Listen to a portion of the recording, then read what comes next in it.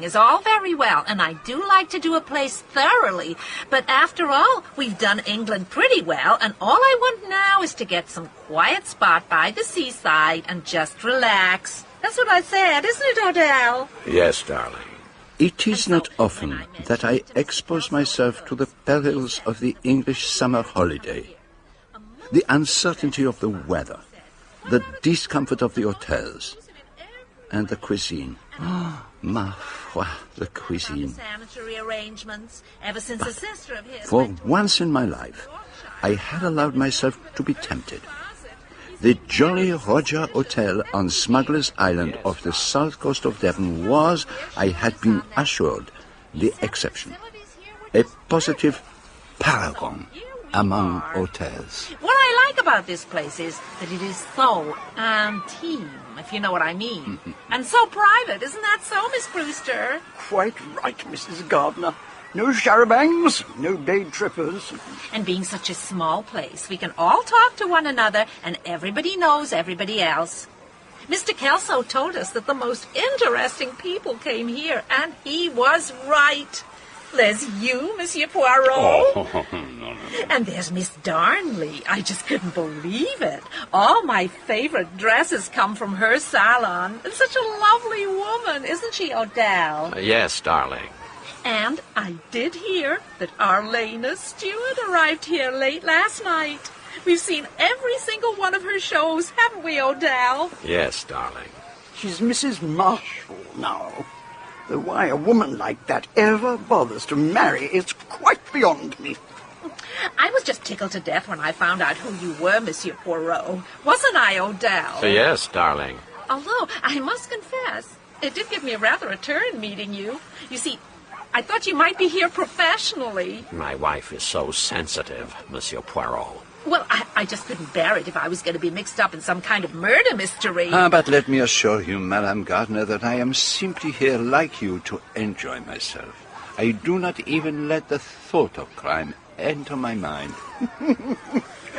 No bodies on Smuggler's Island? But that is not true. Regard them there on the beach, lying out in rows. They are not men and women. There is nothing personal about them. They are just bodies. Some of them are rather good bodies. What did you say, Odell? Nothing, darling. It is deplorable. Deplorable? Bodies arranged on slabs, like butcher's meat. But that's too far-fetched for words. Oh, it may be, yes. Mind you, I agree with you on one point. Those girls lying out there in the sun are sure to grow hair on their legs and arms. I said to Irene, that's my daughter, if you go on lying out in the sun, you'll have hair all over you, on your arms and your legs, and hair on your bosom if you don't watch out. Didn't I, Odell? Yes, darling. Well, it's time for my morning livener. You coming along with us for a drink, Miss Brewster? Not just now, thanks. Come along then, Odell. A port and brandy would be just the thing for your tummy upset. Yes, darling. Aren't American husbands wonderful? Morning, Reverend. Oh, Lord. Here comes the church militant. Splendid walk. All the way down to Hartford and back along the cliffs. Good morning to you both. Good morning, Mr. Lane. Good morning, Monsieur Lane. Been for your row yet, Miss Brewster? Any minute now. Nothing like rowing for the stomach muscles. You should try it, Monsieur Poirot. Get some of that weight off. Thank you, mademoiselle. But I detest boats. The movement of the sea, it is not pleasant. But the sea is as calm as a mill pond. No. There is no such thing as a calm sea. Always there is motion. Sea sickness is a really odd thing. It seems so unfair. Quite sickly people are often good sailors. Someone told me it was something to do with the spine. There's nothing whatever wrong with my spine. Then there's some people can't stand heights. I'm not very good myself, but Mrs. Redfern is far worse. The other day, on the cliff path, she turned quite giddy. She had to hold on to me. She said she once got stuck halfway down that outside staircase on Milan Cathedral. She'd better not go down that ladder to Pixie Cove, then. That's a real test of the nerves. Oh, she's coming up from her bathe now. Ah, how delicately pale her skin is. So different from all the other cooked lobsters. It's her colouring, of course. Ash blonde. So very English. Good morning, everyone. You've earned Monsieur Poirot's approval, Mrs. Redfern. He doesn't like the sun-tanning crowd there. Says they're like joints of butcher's meat. I only wish that I could sunbathe, but I simply blister and get the most frightful freckles all over my arms. According to Mrs. Gardner, if you lie out in the sun, you get hair all over your body. She's been in grand form this morning. I wish you'd played her up a bit, Monsieur Poirot. Why didn't you tell her that you were down here investigating a particularly gruesome murder, and there was a homicidal maniac lurking about in the hotel grounds? I very much fear she would not have believed me. Yes, this isn't the kind of place you'd find a body. Oh, but why not, Madame Redfern? Why should there not be a murder on Smuggler's Island? I don't know. I can't explain it. It just seems so unlikely in a place like this. It is romantic on Smuggler's Island, yes. It is peaceful. The sea is blue. The sun shines. But you forget that there is evil everywhere under the sun. How very true. Of course, I realise that, but all the same. I think your husband's looking for you, Mrs. Redfern. Is he? Where? Over there. He's just come out of the water. Patrick! Here, I'm over here. I'm coming. I'll just get my towel. Good morning, everybody. But who is this? What an entrance. It is as if she is on the stage. That must be Arlena Stewart. She's certainly very beautiful. I wish I could get away with a backless swimsuit like that. You were talking about evil just now, Monsieur Poirot. Now, to my mind, that woman is the personification of evil. She's a bad lot, through and through. Like the woman who rode upon the scarlet-coloured beast. Is the water warm, Mr. Redfern? And Redfern turns towards her like a needle deflected by a magnet. Help me to find somewhere quiet to sunbathe. What about over there, by the rocks? Far from the madding crowd. Excuse me. I'm going back to the hotel. I'm getting sunburnt sitting here. It's too bad. She's such a nice little thing. Apparently, she gave up being a school teacher when they got married, a couple of years ago. The shameless effrontery of the woman. To steal a woman's husband away from her before her very eyes. Patrick Redfern's a fool. Can't he see that Arlena Stewart's the sort of woman who takes pleasure in smashing up homes? Well, I'm going to go and get my boat. Good day, Miss Brewster. That woman, Arlena Stewart, is evil incarnate. There's not a man on the beach who is not following her with his eyes. Except you, Monsieur Poirot. What are you looking at? There is one other man who is not looking at her. That is her husband, I believe. Captain Marshall.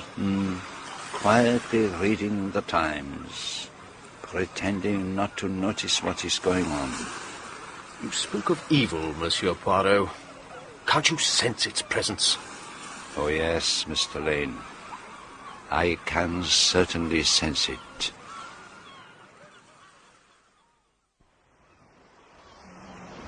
May I join you, Monsieur Poirot? Of course, Mademoiselle Darnley. I would be delighted. May I offer you something? A coffee, perhaps? A glass of... No, thank you. Nothing at all. I don't think I like this place. I'm beginning to wonder why I came here. You have been here before, have you not? Yes, 2 years ago at Easter.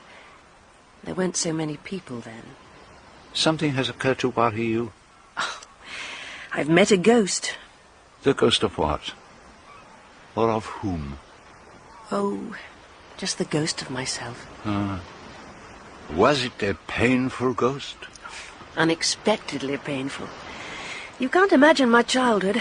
You're not English. Was it such a typically English childhood? Oh, incredibly so. A big shabby house in the country. Horses, dogs, walks in the rain, wood fires, evening dresses that went on for year after year, a neglected garden, apples in the orchard. And you wish to go back? No. I know I can't go back, but I'd like to have gone a different way. And yet there must be many people who envy you. Oh, yes, I'm a highly successful businesswoman. And I have the satisfaction of being able to be a creative artist as well. I've got a good figure, passable face, and not too malicious tongue. Of course, I don't have a husband or children. I failed there, haven't I, Monsieur Poirot? Oh, to marry and have children, that is the common lot of women. Only one woman in 1,000 can make for herself a name and a position like yours. What you're saying is I'm damn well off as I am, and I should be content with that. So, Captain Marshall is an old friend of yours, mademoiselle. Now, how do you know that? I suppose he told you. No, nobody has told me anything. After all, I am a detective. I use the little grey cells.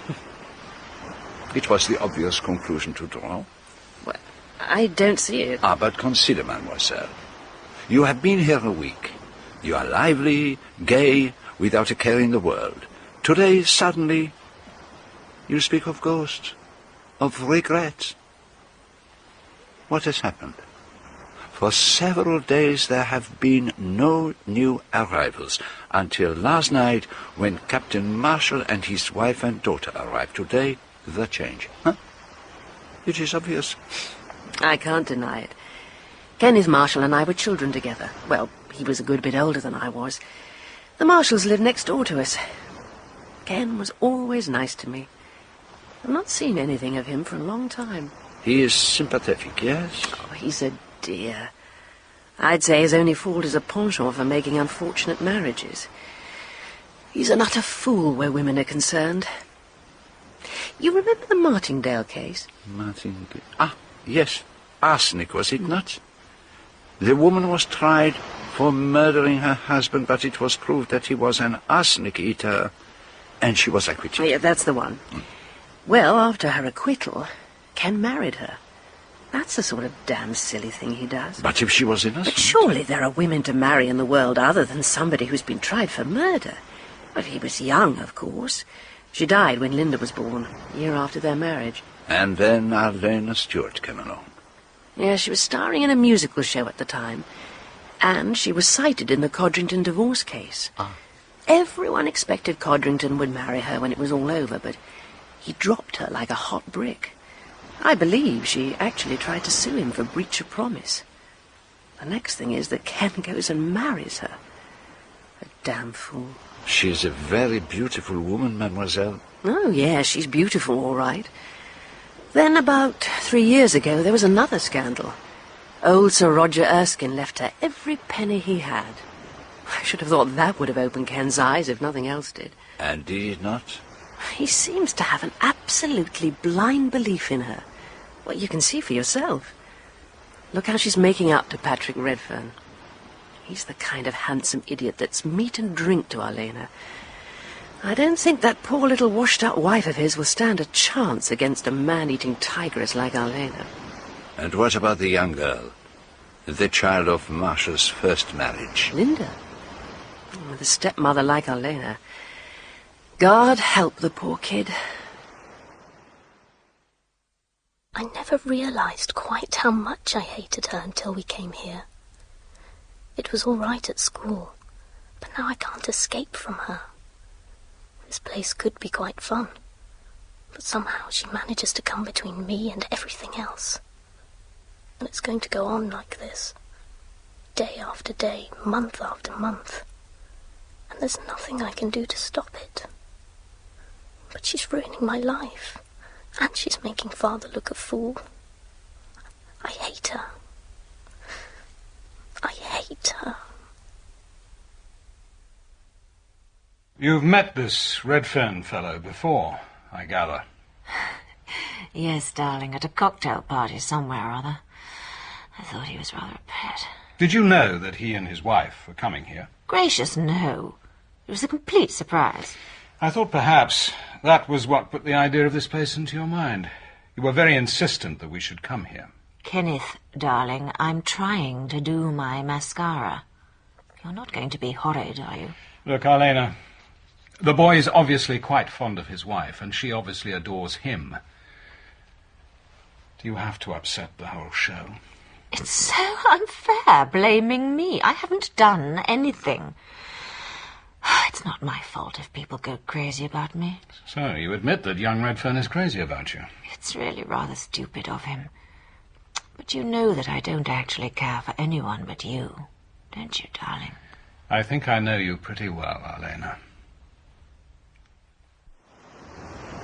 Did you know that woman was going to be here? I don't understand what you mean. You insisted on coming here.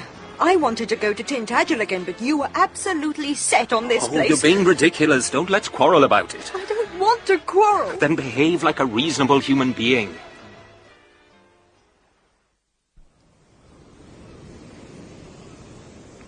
I think this must be the most peaceful place on the island.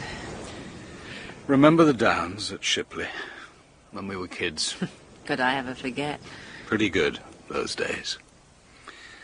You haven't changed much, Rosamond. Oh, yes, I have. Oh, you're rich and successful, but you're still the same Rosamond. I wish I were. Why is it that we can't hold on to the nice natures and high ideals we had when we were young? I don't know that your nature was ever particularly nice. You used to get into the most frightful rages. You half choked me the day you fell into that stream. Kenneth, if I say something really outrageous, will you ever speak to me again? I wouldn't ever not want to speak to you. Why don't you get a divorce from your wife? I'm sorry, I shouldn't have said that. No, you're perfectly entitled to say it. But you just don't understand. Are you still frightfully fond of her? No, it's not really a question of that. You see, I married her. Well, she's pretty notorious. Is she? I suppose she is. It's obvious you're pretty unhappy. You could fix it so she could divorce you. I dare say I could. People get divorced all the time. And that's just what I hate. What do you mean? I can't stand that kind of attitude to life. Taking the easy way out as quickly as possible. There's such a thing as good faith. If you marry a woman and commit yourself to looking after her, then it's up to you to do it. I don't hold with quick marriage and easy divorce. Arlena's my wife. And that's all there is to it. Till death do us part? Till death do us part. So, you're the famous sleuth, eh? Yes, I am Hercule Poirot. Blatt, Horace Blatt. Very pleased to meet you. Down here on a job, eh? No. Nothing of the kind. I'm taking an holiday. You'd say that anyway, wouldn't you? Not necessarily. We'd be safe enough with me, you know. Learned to keep my mouth shut years ago. Shouldn't have gone on the way I have if I hadn't learned to do that. Same with you, I expect.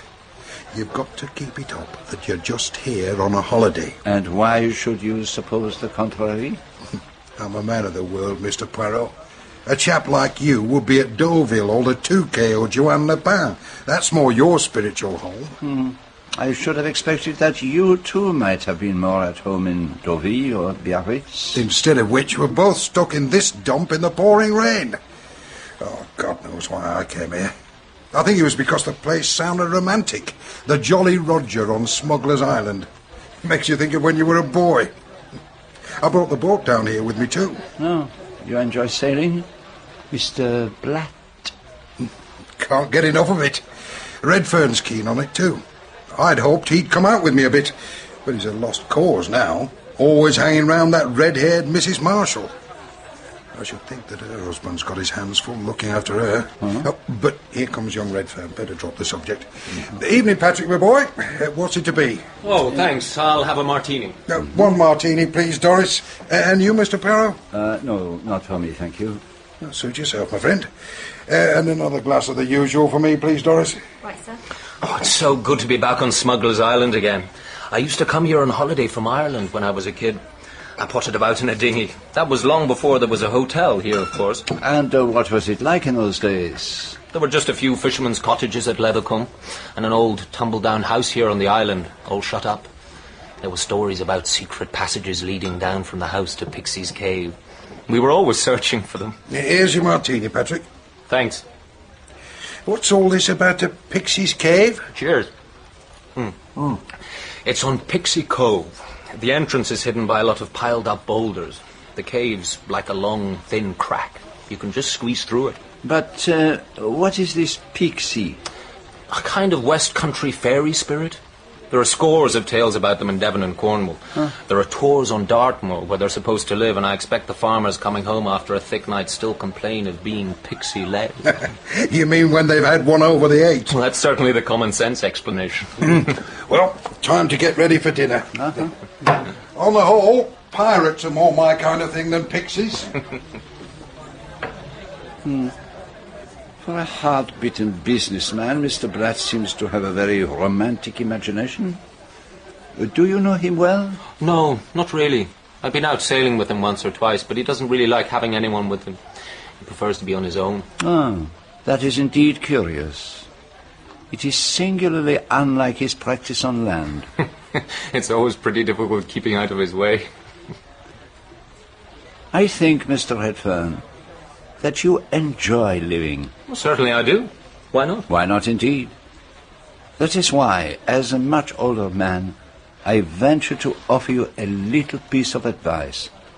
And what is that? A very wise friend of mine in the police force said to me years ago, Hercule, my friend, if you would know tranquility, avoid women. It's a bit too late for that. I'm a married man. I know that. And your wife is a very charming, very accomplished woman. She is, I think, very fond of you. I'm very fond of her. I'm delighted to hear it. Look here, Monsieur Poirot, what exactly are you getting at? Les femmes. They are capable of complicating life unbearably. And the English, they conduct their affairs in a manner that is indescribable. If it was necessary for you to come here, Mr. Redfern, why, in the name of heaven, did you bring your wife? I haven't the faintest idea what you were talking about. You know perfectly. I am not so foolish as to argue with an infatuated man. I utter only the word of caution. You've been listening to those stupid women, Mrs. Gardner and Miss Brewster. They've got nothing better to do with their lives than concoct spiteful stories. Just because a woman's good-looking, they're onto her like a pack of harpies. Are you really so naive as all that, Mr. Redfern? Once again, I say to you, take care. She is a very dangerous woman.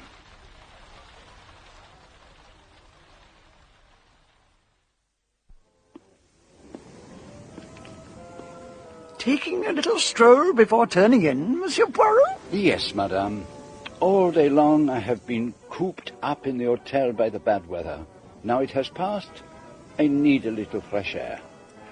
Christine Redfern is all by herself, on the seat on the cliff top. See if you can persuade the poor child to come in. It's not good for her. I will do what I can, Mademoiselle Brewster. Bonsoir. Good night, Monsieur Poirot. You should not be sitting out here on that damp seat, madame. You will catch the chill. No, I shan't. And what does it matter, anyway? Oh, come now. You are not a child. You are an educated woman.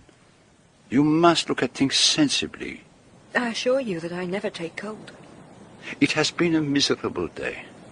The rain came down. The mist was so thick that one could not see through it.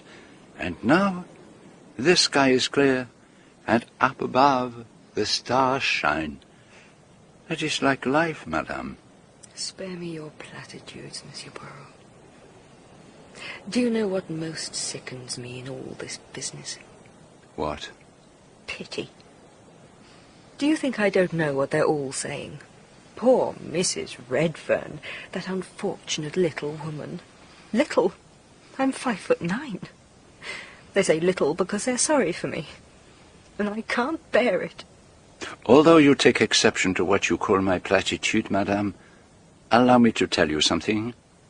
The Ardennes marshals of this world count for very little. Oh, that's nonsense. I assure you it is true. Their empire is of the moment, and for the moment. To count, really to count, a woman must have goodness and brains. Do you think men care for goodness and brains? Fortunately, yes. I cannot agree with you. Your husband loves you, madame. I know it. How can you know it? I have seen him looking at you, madame. I can't bear it. I can't bear it. Patience, madame. It will all come right. Calm yourself. Oh, I'm fine. Leave me now. It would be better if you returned to the hotel. I just want to be alone for a little while longer. Don't worry. I shan't do anything stupid. And thank you, Monsieur Poirot. Good night.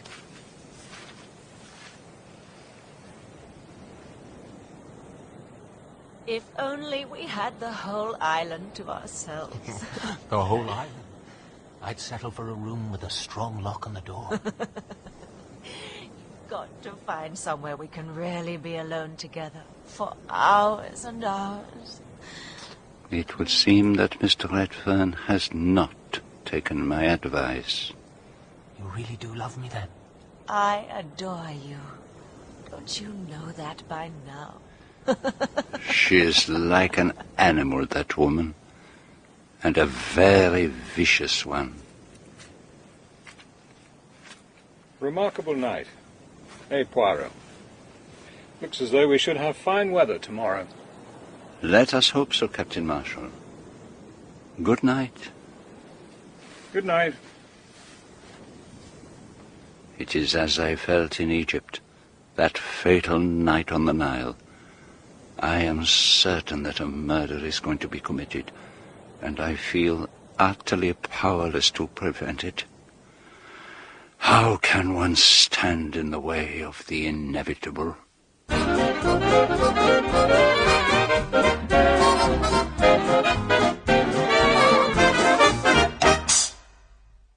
For the first time in my life, I had decided to expose myself to the hazards of an English summer at the Jolly Roger Hotel on Smuggler's Island off the Devon coast. For a little while, all was perfect. Sunshine and a cuisine that was almost edible. But then a shadow fell across my little holiday. The famous theatre star Arlena Stewart arrived, intent on pursuing her love affair with young Patrick Redfern, while his wife looked helplessly on. And Arlena's husband, the phlegmatic Captain Marshall, pretended not to notice. It had all the makings of a disaster. But of all those drawn into the affair, it was for the stepdaughter of Arlena Stewart that I was most concerned. Even at the best of times, life can be very difficult for a girl of 16. Oh, good morning, Mrs. Redfern. My, you're up early. I've just been up to your room. Where have you been? I went for a bathe. Oh, I see. What's the parcel? I didn't know the post came this early. No, it's not the post. It's... Oh! No, it's all right. I'll pick them up. Candles? Have you been out buying candles? No, well, not exactly. I wanted to know if you'd like to come to Gull Cove this morning. I'm going to do some sketching there. Oh, thank you, Mrs. Redfern. I'd love to. I've got a game of tennis at 12, so we better start fairly early. Will 10:30 be all right? Oh, yes, of course. I'll meet you by the reception desk.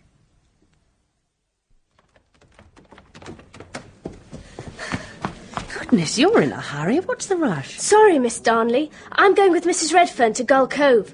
I thought I was late. What time are you meeting her? 10:30. Well, you've still got 5 minutes. Oh, good. Are you all right, Linda? You look a bit feverish. No, I'm fine. It's such a lovely day. I actually got up for breakfast. I usually have it in bed, but today I came down and faced eggs and bacon like a man. After all that rain yesterday, it's heavenly this morning. Gull Cove is so nice at this time of day. I shall put on lots of sun oil and get really brown. Yes, it's so much more peaceful there. Why don't you come too? Not this morning. I've other fish to fry. Good morning, Miss Darnley. Good morning.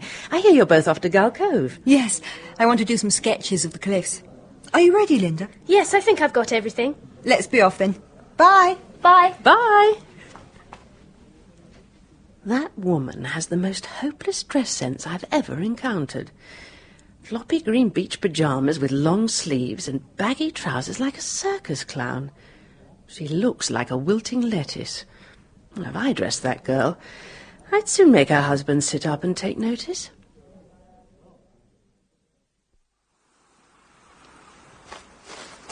Monsieur Poirot? Monsieur Poirot? Yes, madame.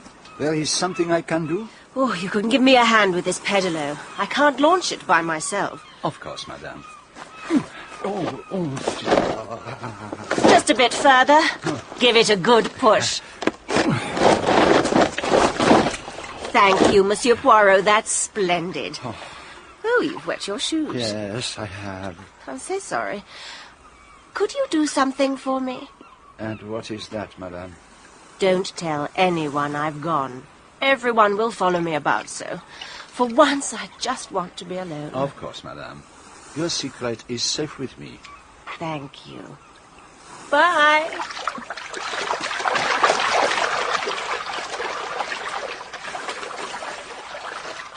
Saint-Germain. I doubt if Lena Stuart has ever wanted to be alone in her life. She has a rendezvous to keep, and I have a very good idea with whom.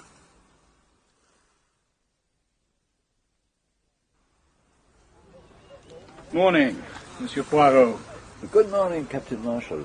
Have you seen my wife anywhere about? Oh, has Madame risen so early then? She's not in her room. Oh, lovely day, isn't it? I shall have a bathe straight away.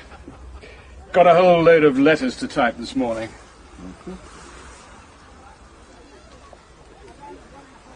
And here comes Patrick Redfern. So I was mistaken about our rendezvous with his femme fatale. Has she perhaps given him the slip? Good morning, Mr. Redfern. Oh, good morning. Everyone seems to be up early today. Yes, must be the weather. Christine was up ages ago. Went off sketching somewhere.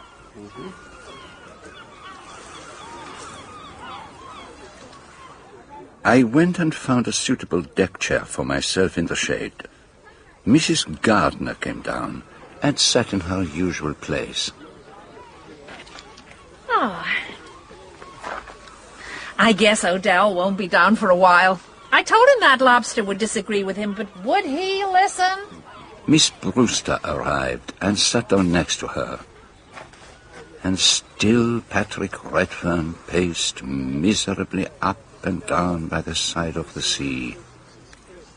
Have you been paddling with your shoes on, Monsieur Poirot? Oh, alas, mademoiselle, I was precipitate. Not like you.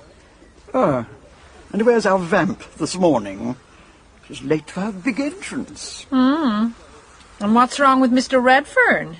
He reminds me of a caged tiger, pacing up and down, waiting for his food. Perhaps his lady friend has found other fish to fry. I do think it's all such a pity. My heart bleeds for that poor Captain Marshall. He's such a nice man, so very British and unassuming. You never know what he's thinking about things. Oh, the wind's from the west again. It's always a good sign when you can hear the Leathercombe church clock. Miss Brewster, I was wondering if you were going for your usual row this morning. Oh, I certainly am. I had to spend all day yesterday cooped up in my hotel room looking at the rain. Would you mind if I came with you? I'd be delighted. We could row round the island. Oh, shall we have time? Oh, yes. Ages to go before lunch. I'll just take these things back to my room and we'll set off. It would have been pleasant to remain where I was, sitting in the sun. But I knew that Mrs. Gardner was longing to talk to me about the secret of the Great Pyramid and the mystic science of numbers. Somehow I did not feel quite in the mood for this, and so I went for a little stroll, wondering where Elena Marshall had gone off to so mysteriously on her pedalo, and why she had chosen to keep her rendezvous a secret from Patrick Redfern.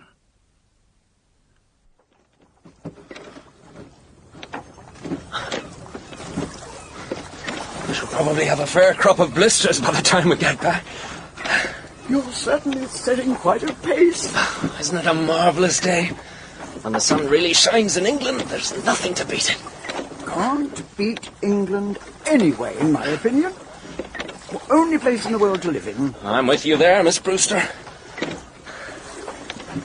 Anyone on Sunny Ledge this morning? Yes, I can see a sunshade. Oh, any idea who it is?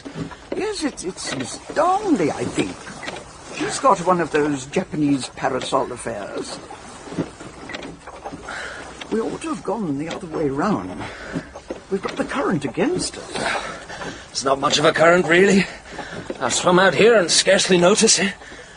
Depends on the tide, of course. But they always say that bathing from Pixie Cove is dangerous if you swim too far out. I've never had much trouble. We're coming round to Pixie Cove now. Can't take his eyes off the cliffs. He's looking for Arlena. That's why he wanted to come with me. She hasn't shown up this morning and he's wondering what she's up to. I wouldn't be surprised if she's done it on purpose. Just a move in the game to make him keener. There's someone on the beach. I can't quite make out who it is. It looks like Arlena. That green Chinese hat of hers is unmistakable. I think you may be right. We don't want to land here, do we? Oh, we could just stop for a moment to have a word with her. There's lots of time. Well, if you really must.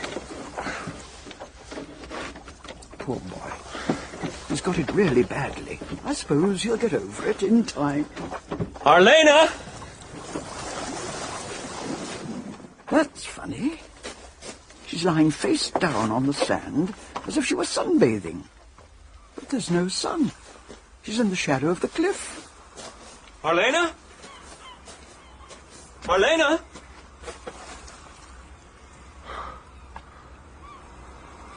Oh, my God. What is it? What's happened? She's dead. It looks as if she's been strangled. I don't want to see. We shouldn't touch anything. We'd better get the police. But it just isn't possible. Who would want to kill her? We must go for the police. I suppose one of us ought to stay with the body.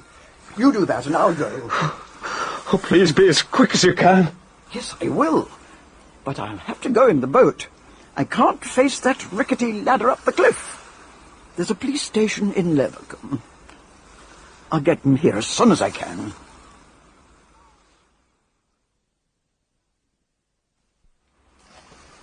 Strangled. And by a pretty powerful pair of hands, I'd say. It doesn't look as if she put up much of a struggle. She must have been taken by surprise. What time did you find her? Sometime before 12. I don't know exactly. It was exactly 11:45, Inspector. I looked at my watch. The police surgeon should be here in a while, but my guess would be that she wasn't killed much before that. 11:30 at the earliest, I'd say. And you both positively identify this woman as Arlena Marshall? Yes. She was also known by her stage name, Arlena Stewart. Ah. I'll get a couple of my men to cordon off the cove. We'd better adjourn to the hotel, I think. I left a message for the chief constable. He should be there by now. Poirot, you've been a bit quick off the mark, haven't you? What are you doing here? Mon colonel! Ha ha! I am here simply for the vacances.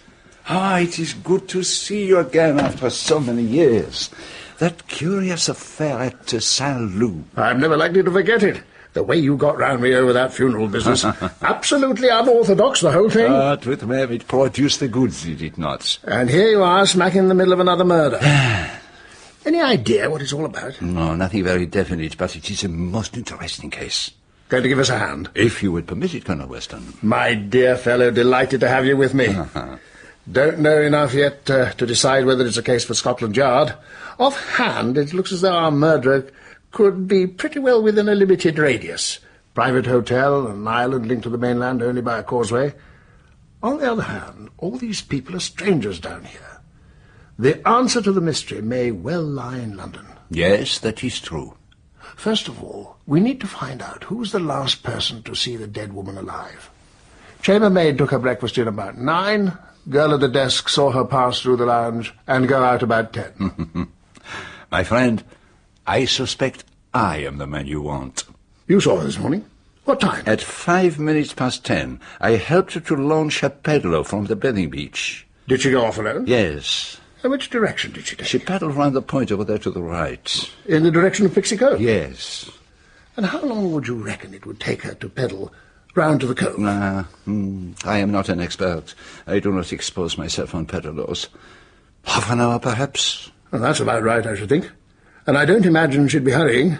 So if she arrived there at 11:15, that fits in well enough. But there is one point I should mention.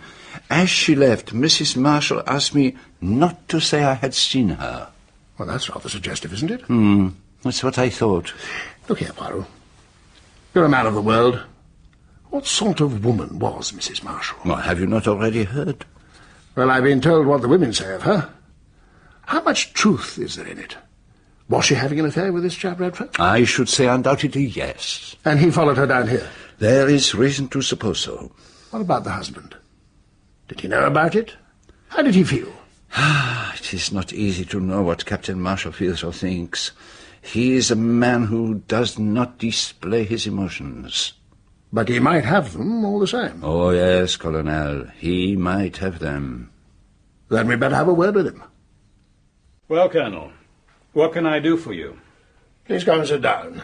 You know Monsieur Poirot, I understand? Of course. Captain Marshall, I do realize what a terrible shock this must be to you. But I'm sure you appreciate the importance of getting the fullest information as soon as possible. I take your point. Carry on. Mrs. Marshall was your second wife? Yes. And you had been married how long? 4 years. And her acting name was Arlena Stewart? Yes. She appeared in reviews and musical shows. Did she give up the stage when she married you? Oh, no. She carried on until about 1.5 years ago. Was there any special reason for her retirement? No, she simply said she was tired of it all. And you were quite content for her to continue her career after your marriage? I should have preferred her to give it all up. But I didn't make a fuss about it. She was free to please herself. And your marriage was a happy one? Certainly. Captain Marshall, have you any idea who might have killed your wife? None whatever. Had she any enemies? Probably. Oh, don't misunderstand me, Colonel. My wife was an actress. She was also a very good-looking woman. In both capacities, she aroused a certain amount of jealousy and envy. There were rows about parts. There was rivalry with other women.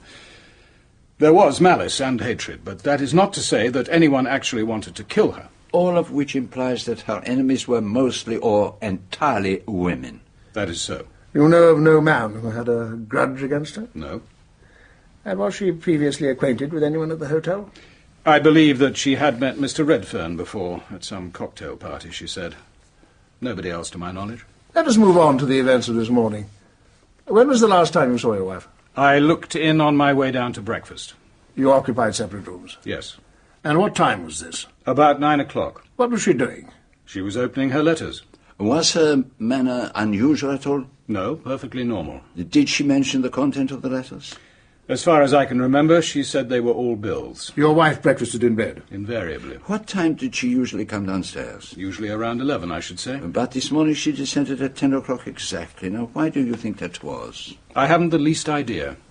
Might have been the fine weather. You didn't see her? I looked in again after breakfast. The room was empty. I was a bit surprised. And then you came down to the beach and asked me if I had seen her? Yes. And you said you hadn't.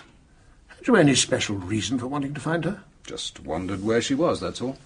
Just now you mentioned that your wife had met Mr. Redfern before. How well did she know him? He was just a casual acquaintance. I understand that acquaintance ripened into something rather closer. Who told you that? It's the common gossip of the hotel. Oh, if you're going to rely on hotel gossip... I gather that Mr. Redfern and your wife were constantly in each other's company. Is that all? You did not object to your wife's friendship with Mr. Redfern? I wasn't in the habit of criticizing my wife's conduct. Not even though it was becoming a subject of scandal, and an estrangement was developing between Redfern and his wife? I mind my own business, and I expect other people to do the same.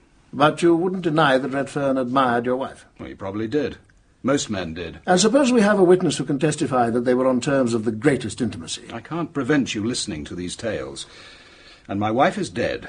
She can't defend herself. Meaning that you don't believe them? What does it matter? What I believe or not is surely not relevant to the plain fact of murder. But you do not comprehend, Captain. There is no such thing as a plain fact of murder. Murder springs 9 times out of 10 out of the character and circumstance of the murdered person. Because the person was the kind of person he or she was, therefore was he or she murdered. Until we can understand exactly what kind of person Alena Marshall was, we shall not be able to see clearly the kind of person who murdered her. That's your view too, Colonel? Well, up to a point. Thought you wouldn't be going along with that. The character stuff is Poirot's speciality, I believe. Well, you can at least congratulate yourself on having done nothing to assist me. What do you mean by that? What have you told us about your wife, huh? Nothing at all. All you have said is what everyone could see for themselves, that she was beautiful and admired. Have you anything else to ask me, Colonel? Yes, Captain. Your own movements this morning, please. Well, I've told you what happened up to the time of my meeting Monsieur Poirot. After that, I had a quick bathe and went back to the hotel. It was then about 20 to 11. I noticed the clock in the lounge. I went up to my room, but the chambermaid hadn't quite finished it. I told her to be as quick as possible because I had letters to type which I wanted to get off by the 2 o'clock post. And what did you do in the meantime? I went downstairs to the cocktail bar and had a word or two with a chap on duty. George, I think his name is. I went back to my room at 10 minutes to 11 and typed my letters until 10 minutes to 12. Then I changed into my tennis things and went up to the courts at 12. We'd booked a game the day before. Who was we? Mrs. Redfern, Miss Darnley, Mr. Gardner, and myself. Miss Darnley and Gardner were already there. Mrs. Redfern arrived a few minutes later. We played tennis for about an hour. It was when I got back to the hotel afterwards that I was told about Arlena. Thank you, Captain. Oh, just as a matter of form, is there anyone who can corroborate that you were typing in your room between 10 minutes to 11 and 10 minutes to 12? Are you suggesting that I killed my own wife? The chambermaid who was doing the rooms would have heard the typewriter going. And then there are the letters themselves. With all the upset, I forgot to post them. The contents are strictly confidential. They concern financial matters. As you can see, they are not the kind of thing that anyone could type out in much under an hour. Does that satisfy you? No one is accusing you of anything, Captain. Everyone on the island will be asked to account for their movements at that time. Quite so. Did your wife make a will? I'm fairly sure she didn't. She always said that things like that gave her the horrors. If she died intestate, you would, of course, succeed to the property. Yes, I suppose I would. Although perhaps she had very little of her own to leave. On the contrary. 3 years ago, an old friend of hers, Sir Roger Erskine, left her most of his fortune. It amounted to around £50,000. So, as it happens, your wife was quite a rich woman. I suppose you could say that. Anything further? I don't think so. You, Poirot? I have nothing. Let me offer you all my sympathy in your loss, Captain. Thank you.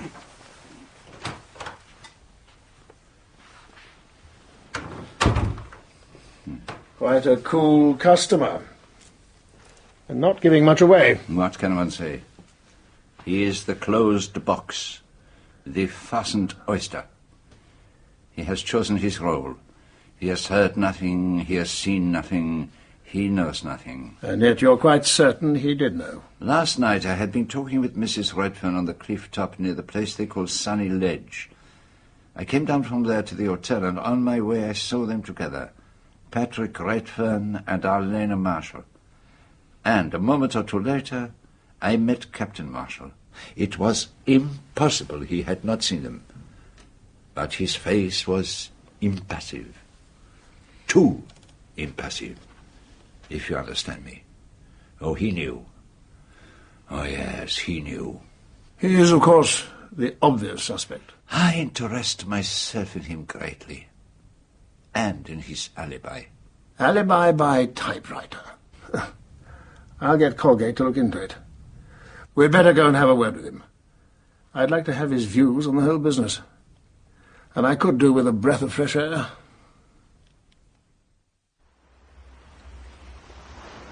It boils down to this. Was it an outsider or a guest at the hotel?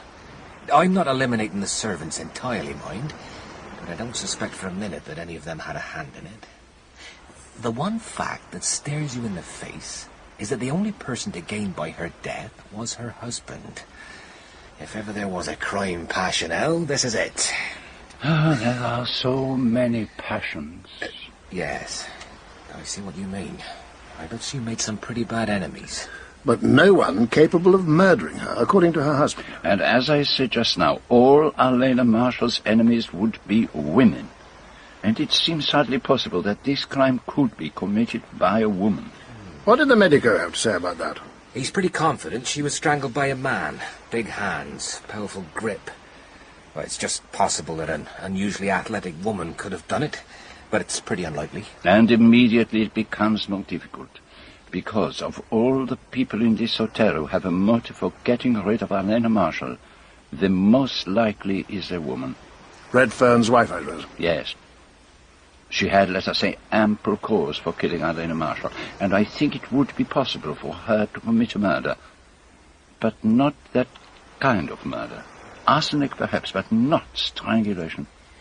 Let me put forward a suggestion. Say that prior to meeting Mr. Redfern, the lady had had an affair with someone else. She turns him down, and he is mad with jealousy. He follows her here, stays somewhere on the mainland, comes over to the island, and does her in. It's a possibility. It leaves too much to chance.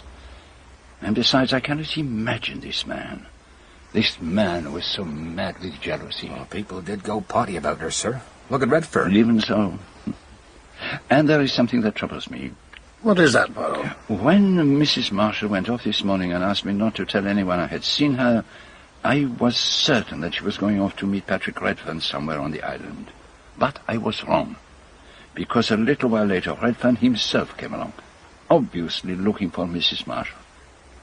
And therefore, I am asking myself, who was it that she went off to meet? That fits in with my idea. A man from London or somewhere. But if she had broken off with this man, why did she go to so much trouble to meet him in secret? So who do you think it was? It is just what I cannot imagine. All the men staying on this island, Mr. Gardner, or Mr. Blatt, or the clergyman Stephen Lane, are middle-aged and rather dull. Elena Marshall would hardly prefer any of them to Patrick Redfern. And yet all the same, she did go to meet someone. And that someone was not Patrick Redfern. You don't think she just went off by herself? Oh, mon cher, it is very evident you did not know the dead woman. She could not exist in solitude. She lived only in the light of men's admiration. Oh, no. Elena Marshall went off this morning to meet someone, and that someone almost certainly killed her. But why? And who is this killer who is still with us on this island?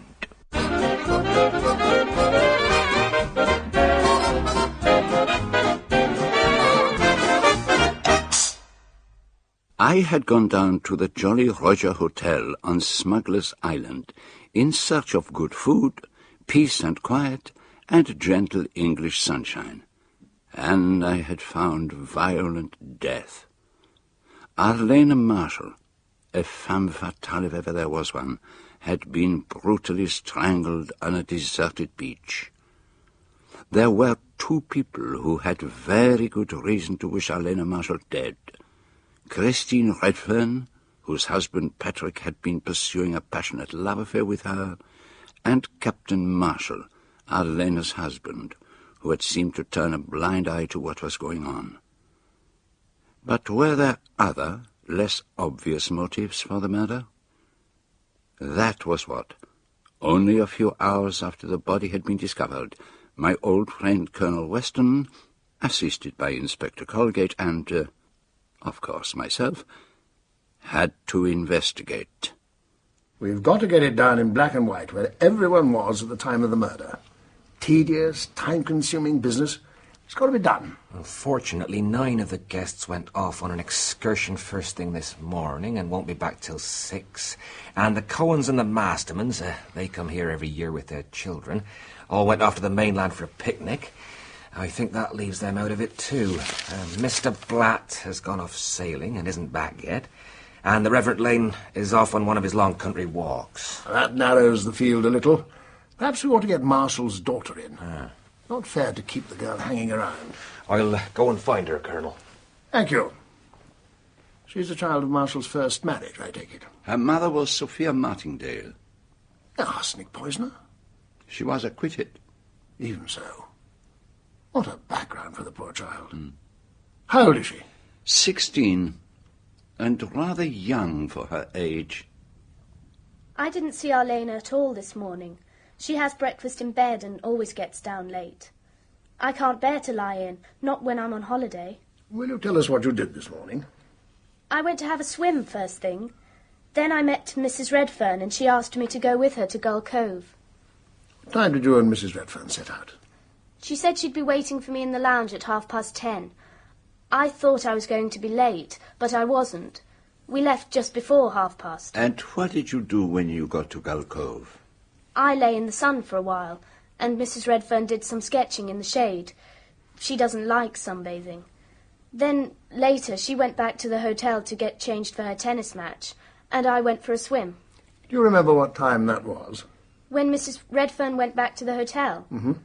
11:45. You are sure of that? Oh, yes. I looked at my watch. The watch you have on now? Yes. Mind if I see? Correct your second. And after that you had a bathe? Yes. And when did you get back to the hotel? About 1 o'clock. And then I heard about Arlena. Did you get on all right with your stepmother? Oh, yes. Did you like her, mademoiselle? Oh, yes, I was very fond of her. She was very kind to me. Not the wicked stepmother, eh? Oh, no, not at all. You did not feel resentful when your father married again. You were not jealous in any way. Not in the least. Now, I want you to think very carefully. Have you any idea who might have killed your stepmother? Is there anything you've heard or anything you know that could help us in that respect? No. I don't know who would have wanted to kill Arlena. Except, of course, Mrs. Redfern. And why do you think that Mrs. Redfern would want to kill her? Because her husband was in love with Arlena. But I don't think she'd actually want to do it herself. She'd just wish that she was dead. And that isn't the same thing at all, is it? No, it is not at all the same. And anyway, Mrs. Redfern could never do a thing like that. She isn't a violent person, if you know what I mean. I know exactly what you mean. She is not one of those who sees red. She would not be shaken by a storm of feeling, seeing life narrowing in front of her, seeing a hated face, a hated white neck, feeling her hands clench, longing to feel them press into the flesh. Can I go now? Is that all? Yes, that's all, Linda. Thank you for helping us.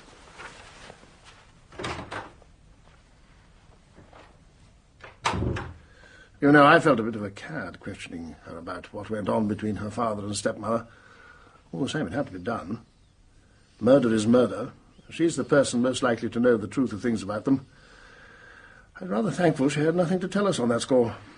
Yes, I thought you were. Don't you think you went a bit too far with all that hands sinking into the flesh business? Not quite the sort of idea to put into a child's head. So, you thought I was putting ideas into her head? Well, weren't you? Anyway, all we really got out of her was an alibi for the Redfern woman. Exit the jealous wife as top suspect. There are better reasons than that for leaving Mrs. Redfern out of it. Apart from anything else, her hands are too small and delicate. I suppose the Redferns ought to be our next priority. Which of them should we start with? With the husband, I think. Before he has had too much time to recover from the shock. I met her at a cocktail party about 3 months ago. Captain Marshall has implied that until you both met down here, you did not know each other well. Is that so, Mr. Redfern? Well, not exactly. As a matter of fact, I saw a fair amount of her one way or another. Without Captain Marshall's knowledge? I don't know whether he knew about it or not. And was it also without your wife's knowledge, Mr. Redfern? I believe that I mentioned to my wife I had met the famous Arlena Stewart. But she did not know how frequently you were seeing her. Probably not. Did you and Mrs. Marshall arrange to meet down here? I don't think there's much point in my trying to conceal anything from you. Arlena wanted me to come down here. I didn't really think it was a good idea with my wife and Marshall being here. But I suspect it was an added excitement as far as she was concerned. In the end, well, I would have agreed to do any mortal thing she asked me to. She had that kind of effect on people. The eternal Circe. She certainly could turn men into swine. I was completely infatuated with her. Whether she cared for me or not, I simply don't know. She pretended to, but I think she was one of those women who lose interest in a man once they've got him body and soul. She knew she'd got me all right. When I saw her lying there, dead on the beach this morning, it was like being hit by a bolt of lightning. And now? How much of this has got to be made public? It's not as though it could have any bearing on her death, and if it all comes out, it's going to be pretty rough on my wife. And that concerns you, does it? I realize you must think I haven't given her much thought up to now, but the real truth is that I care for my wife very deeply. Arlena was a kind of madness, the sort of damn fool thing that men do. But Christine is different. She's real. Badly though I've treated her, I've known all along that she was the person who really counted. I wish I could make you believe that. But I do believe it, Monsieur Redfern. Oh, yes. I believe it. Thank you, Monsieur Poirot. If your infatuation for Mrs. Marshall played no part in the murder, then there will be no point in dragging it into the open. But what you don't seem to realize is that your intimacy with Mrs. Marshall may have a very direct bearing on the murder. It might establish a motive for the crime. I don't follow you. Supposing that Captain Marshall had found out about your affair with his wife. You mean he might have killed her? It had not occurred to you? Never. Marshall's such a quiet kind of chap. It doesn't seem likely. What was the attitude of Arlena Marshall toward this? Was she frightened that her husband might find out, or did she not care? There were times when she seemed a bit nervous about it all. Did she seem afraid of him? No, I wouldn't say that. And was there at any time a question of divorce? Oh, no. I would never have done that to Christine, and I'm sure Arlena never thought of such a thing. She was perfectly satisfied with the husband she'd got. I was just one of a succession of poor mutts. Just something to pass the time with. I knew that all along, but it didn't alter my feelings towards her. Now, Mr. Redfern, did you have a particular appointment with Mrs. Marshall this morning? No, not a particular appointment exactly. We usually met every morning on the beach. We'd swim or paddle about on floats. Were you surprised not to find her there? Yes, I was. I couldn't understand it at all. If she were keeping an appointment somewhere else, do you have any idea with whom that might be? No idea. And when you had a rendezvous with Mrs. Marshall, where did you go? Well, sometimes in the afternoon we'd meet at Gull Cove. The sun is off there at that time, so you don't usually get many people there. Did you ever meet at the other place, Pixie Cove? No, you see, Pixie Cove faces west, and people go around there in boats or on floats in the afternoon. And your private rendezvous, they were always in the afternoon? Yes. That's the time when most people go and have a sleep or mooch about, and nobody knows much where anyone is. After dinner, of course, we used to go off on a stroll together. Ah, yes. Then you can give us no help whatsoever as to why Mrs. Marshall should have gone off to Pixie Cove this morning. I haven't the faintest idea. It wasn't like Arlena at all. Can you think of anyone in her London circle who might have had a grudge against her? Someone you may have supplanted in her affection, perhaps? I honestly can't think of anyone. So, we seem to be left with three possibilities. An unknown killer, some maniac who just happened to be in the vicinity. And that's a pretty tall order. But isn't it the most likely explanation? Pixie Cove is practically inaccessible. You can only get at it by boat or by walking over the causeway, crossing the island by the hotel, and climbing down a rickety ladder. Neither way suggests a killing on the spur of the moment. You said there were three possibilities. There were two people on the island who had a very good reason for killing her. Her husband for one, And your wife for another. My wife? Oh, but that's ridiculous. She's not that kind of person. There's no violence in her. Anyway, Arlena was much stronger than Christina. I doubt whether she could strangle a kitten, let alone a woman like Arlena. Oh, Christine could never have got down that ladder. She's no head for heights at all. No. No.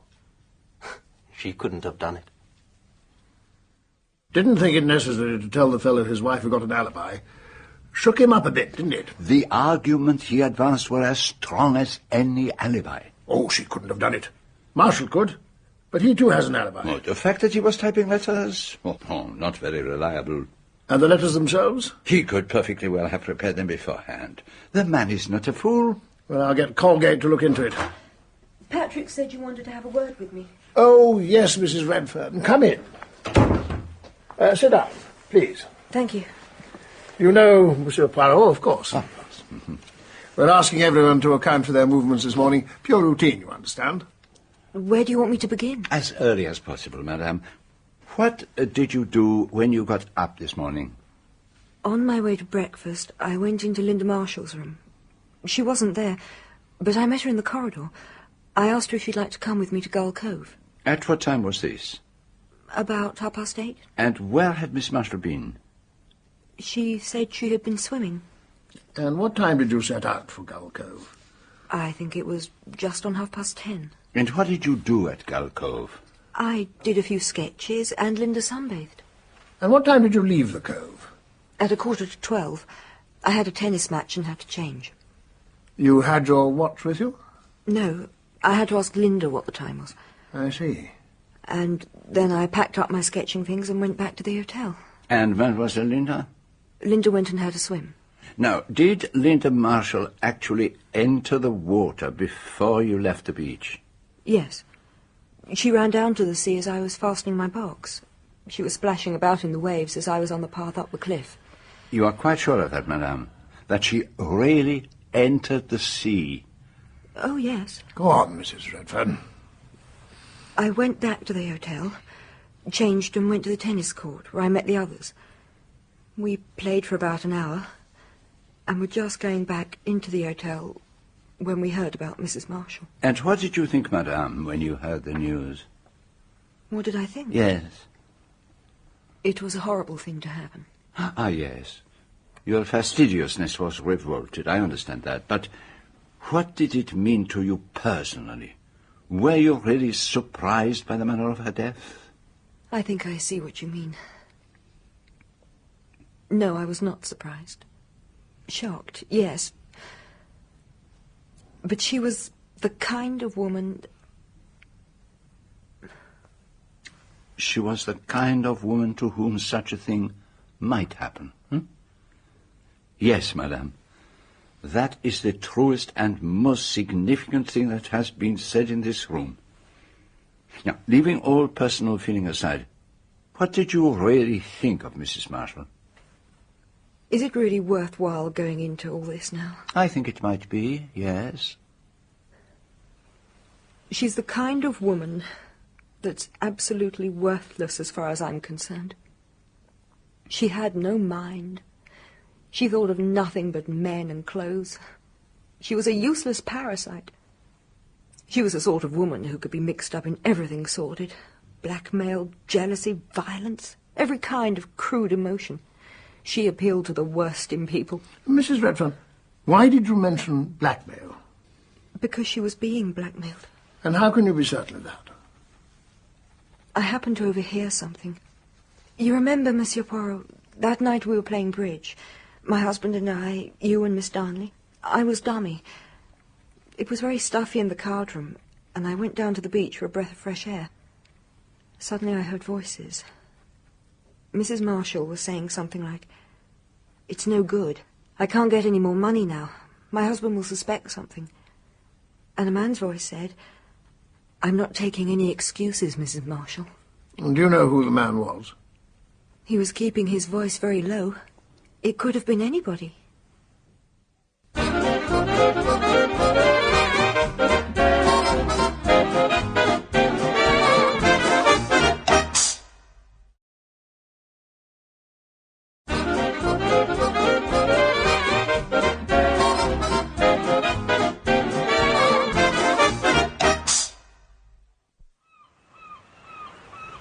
Now we're getting somewhere. But I am not certain where. It is not a wicked blackmailer who lies dead. It is the victim. And blackmailers are not in the habit of killing off their victims. Well, I can't deny that.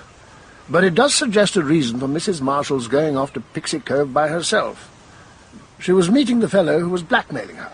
Pixie Cove would certainly be the ideal place for such a rendezvous. It is difficult of access, and it is deserted in the morning. And it has another advantage. I heard about it the other day. There is a cave there. A place where someone could wait, unseen. Well, we'd better take a look inside it. We might find a pointer of some kind. You know, Poirot, this blackmail business does rather put a different complexion on things. None of the men staying here fitted the bill as a possible lover for our Lena Marshall, but a blackmailer's a very different kettle of fish. I'd like to have a word with Mr. Blatt when he comes back from his morning sailing. Yes. A boat. That is very suggestive. We'd better get back inside. It's time to ask Miss Brewster if she knows anything.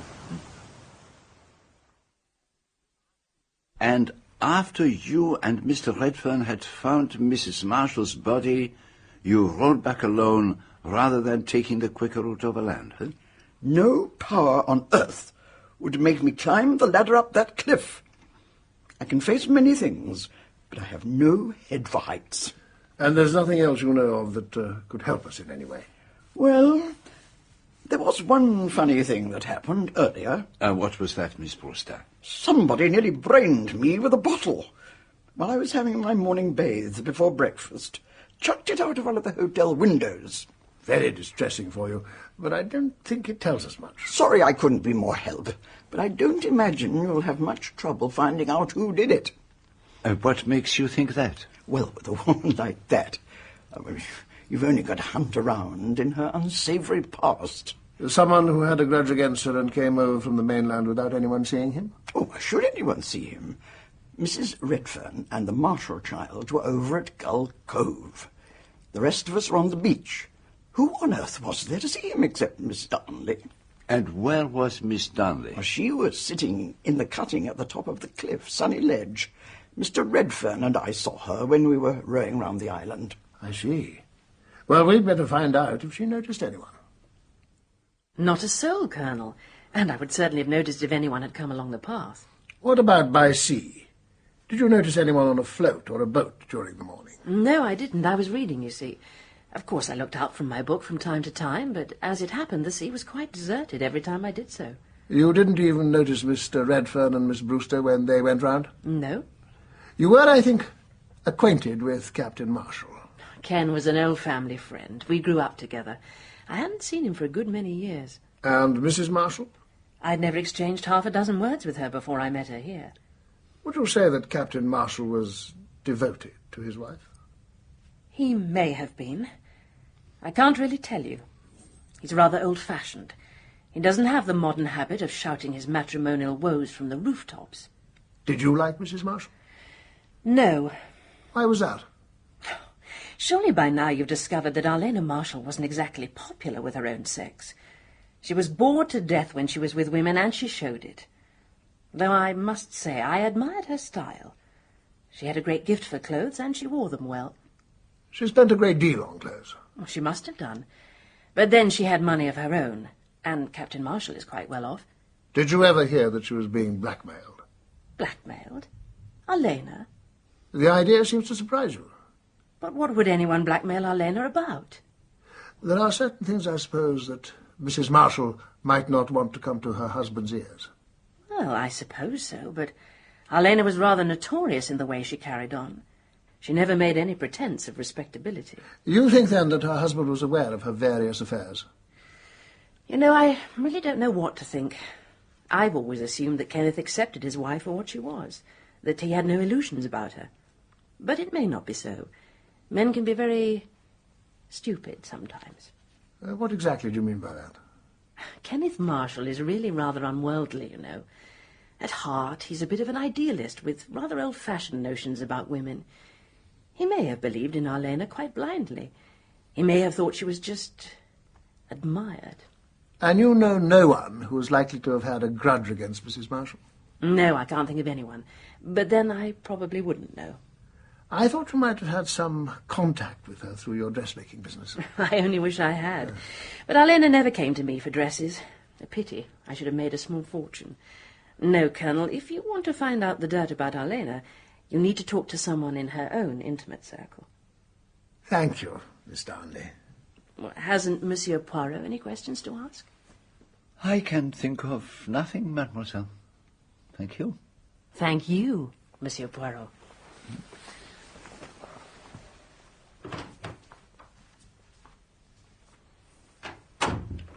Of course, we've only got her word for it that she spent all the time reading on Sunny Ledge. You are right. The fact that Mr. Redfern and Miss Brewster noticed her there does not account for the whole time. But would she have been capable of strangling Arlena? She certainly had a motive of sorts. She was a childhood friend of Marshall. She may have resented him marrying a woman she disapproved of. And she may have resented even more the way in which Arlena Marshall treated her husband, taking a succession of young lovers and never even trying to conceal the fact from him. Oh, yes, it is easy enough to see that Rosamond Darnley may have hated her. But did she really hate her so much as to wish to kill her? Well, I don't see why not. She may have thought the risk was well worth taking. With Arlena out of the way, there was nothing to stand in the way of her and Marshall. And she is an exceedingly attractive woman. Come in. I thought you ought to know that some of the guests are getting a bit restive. We've been keeping them out of their rooms on the upstairs corridor. If you want to have a look around, the sooner the better. Oh, thank you for reminding me, Inspector. We'll come right away. We'd better start with the Marshal's rooms. Arlena Marshall certainly had a most extensive wardrobe. Dresses, lingerie, beach hats. Enough to last her for an entire year. Les femmes. There's a packet of letters here. 3 from young Redfern. He'll learn not to write letters to women after this. Women always keep letters and swear blind they've burnt them. Here's one from some other chap. Dearest Arlena, God, I feel blue. To be going out to China and perhaps not seeing you again for years. I didn't know that any man could go on feeling crazy for a woman the way I feel for you. Thanks for the check. They won't prosecute now.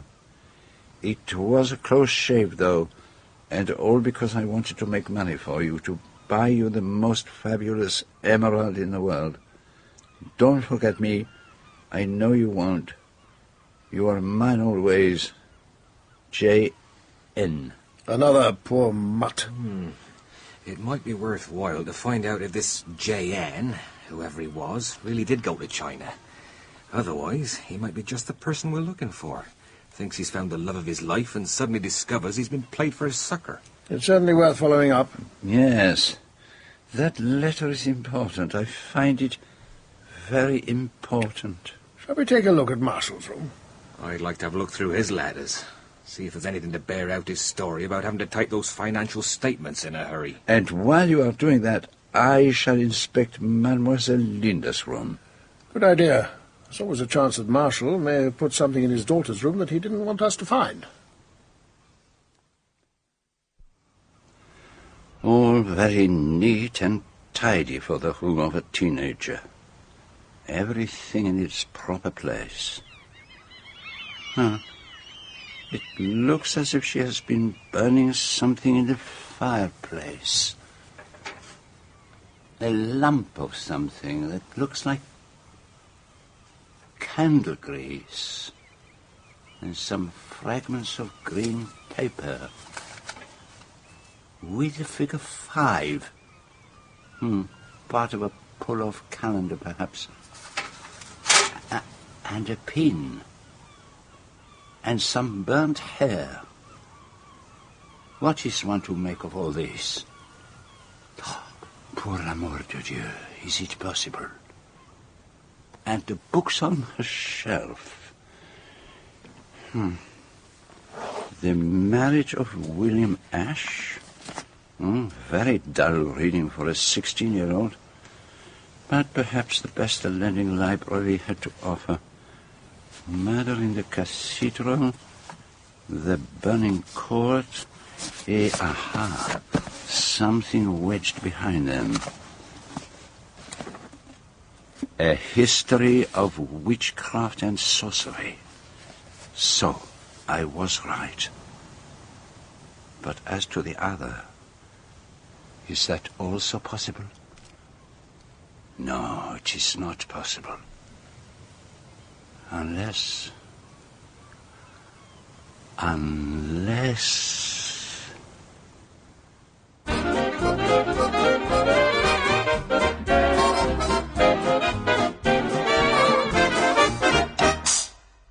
Arlena Marshall had come down to the Jolly Roger Hotel on Smuggler's Island to pursue her love affair with Patrick Redfern under the noses, as I think you say, of his wife and her husband.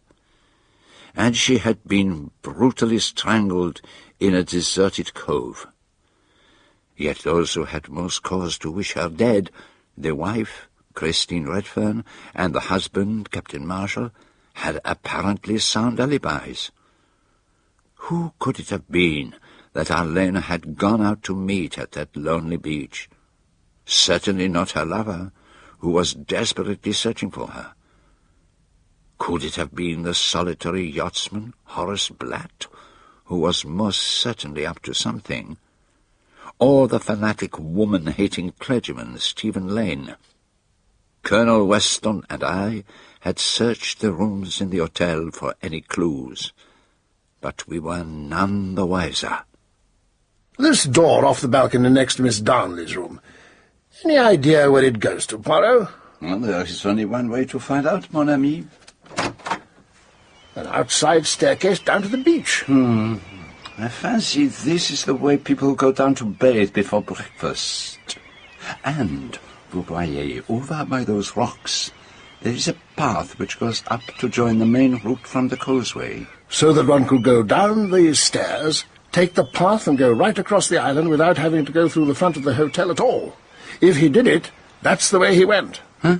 Which he, mon ami? Captain Marshall. Despite everything, I still think he's our man. Excuse me, Colonel Weston, but I've got Gladys Elcombe, the chambermaid of this floor, waiting to be questioned. I think she might prove quite useful.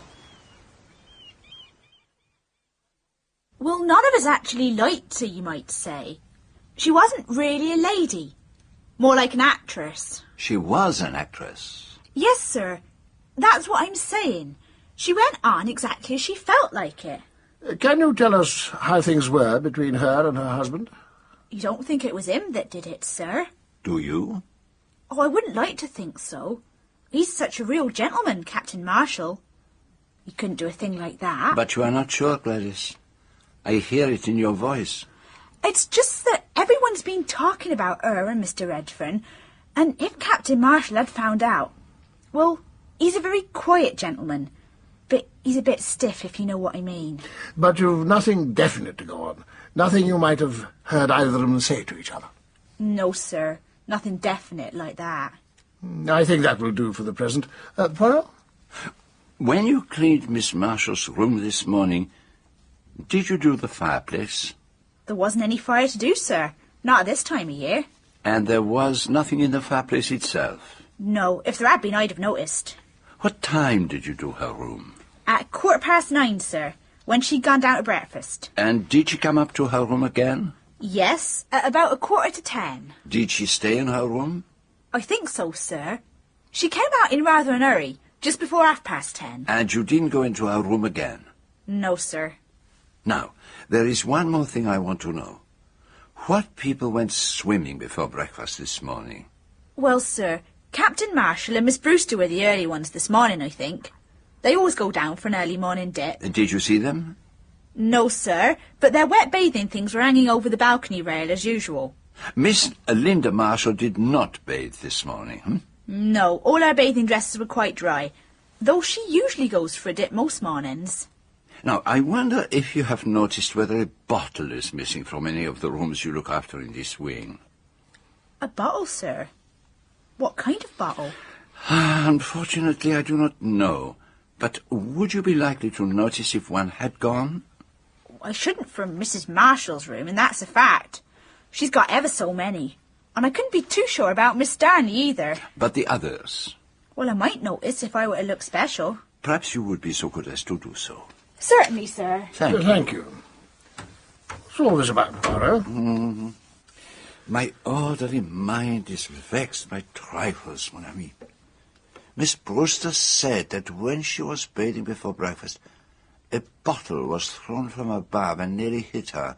I want to know who threw that bottle and why. But, my dear chap, anyone could have chucked a bottle away. No, not at all. If you have an empty bottle on your dressing table or in your bathroom, what do you do with it? I will tell you. You put it in a waste paper basket. You do not go to the trouble of going out onto your balcony and hurling it into the sea. You would only do that if you did not want anyone to notice that particular bottle. But surely there's a perfectly simple... Come in. Miss Darnley's waiting outside, sir. She says there's something she forgot to tell you. Oh, well, we'd better hear it then. Oh, and it looks as if Marshall's in the clear about having to write those letters urgently this morning. Now, I found this among his papers. My dear Marshall, sorry to worry you on your holiday, but an entirely unforeseen situation has arisen over the Burley and tendering contracts. Oh, yes. This seems to confirm his story. You would better ask Miss Darnley to step in, Inspector. Do go in, Miss Darnley. I'm frightfully sorry. It probably isn't worth bothering you about. Oh, won't you sit down? Oh, it isn't worth sitting down for. It's simply this. I told you that I spent the whole morning on Sunny Ledge, but that isn't strictly accurate. At around 11:15, I went back to the hotel to get my sunglasses. My eyes were getting tired reading. You went straight back to your room and out again? Yes. Well, I did look in on Captain Marshall. I heard his typewriter going, and I thought it was stupid of him to stay indoors on such a lovely day. What did he say? When I opened the door, he was typing so vigorously and frowning and looking so concentrated that I just went away quietly. I don't think he even saw me come in. And what was the time then, Miss Darnley? About 11:20. I noticed the clock by the reception desk as I was going out. Thank you, Miss Darnley, for taking such trouble. Well, I just thought you ought to know. Bye. Well, that washes Marshall right out. I agree. What are you looking so thoughtful about, Poirot? I was wondering why Miss Darnley suddenly volunteered this extra evidence. Well, there's nothing suspicious about that, surely. No. It's just that she goes out of her way to provide the gallant captain with an alibi. Yes? Excuse me, but I've had a good look, sir, and as far as I can tell, I can't see that there's a bottle missing from any of them. No matter. We will leave it. Is there anything else, sir? Yes, tell me. Have you noticed anything unexplained, out of the ordinary? You know, something that has made you say to yourself, "That's funny"? Well, yes, there was one thing. Just a bath being run. And I did say to Elsie that it was funny, somebody having a bath at 12 o'clock, before lunch. Do you know who it was who was having a bath, mademoiselle? I think we'd better be getting on, don't you, Poirot? Oh, yes, of course, come on. Thank you, mademoiselle. Thank you, sir. It's time to have a look at that cave, don't you think? You should take Mr. Redfern with you, since he knows the exact location.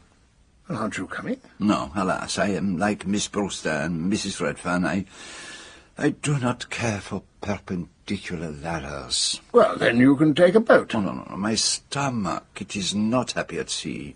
Nonsense, man. It's calm as a mill pond today. You can't let us down. We might miss something without you. That is true. Oh, by the way, sir, the reverend gentleman has just got back, Colonel. What's that? Stephen Lane, sir. I asked him to wait in the lounge. Good, Cogate. We should certainly go and have a word with him. What hast thou done? The voice of thy brother's blood crieth unto me from the ground. Sorry? Murder. One of the first sins known on earth. If you could just give us your movements today, sir. Willingly. I'm fond of walking. Today I went to St. Petrock in the Coombe. That is about 7 miles from here. A very pleasant walk along winding lanes. I visited the church. It has some fragments of early glass and a splendid painted screen with the figure of St. Petroc and his dragon. Did you meet anyone on your walk, Mr. Lane? No. A couple of boys on bicycles passed me once. But if you want proof of my statement, I wrote down my name in the visitor's book in the church. Is there anything you can tell us about the dead woman that might give some indication of who could have killed her? Anything you heard or saw? I heard nothing.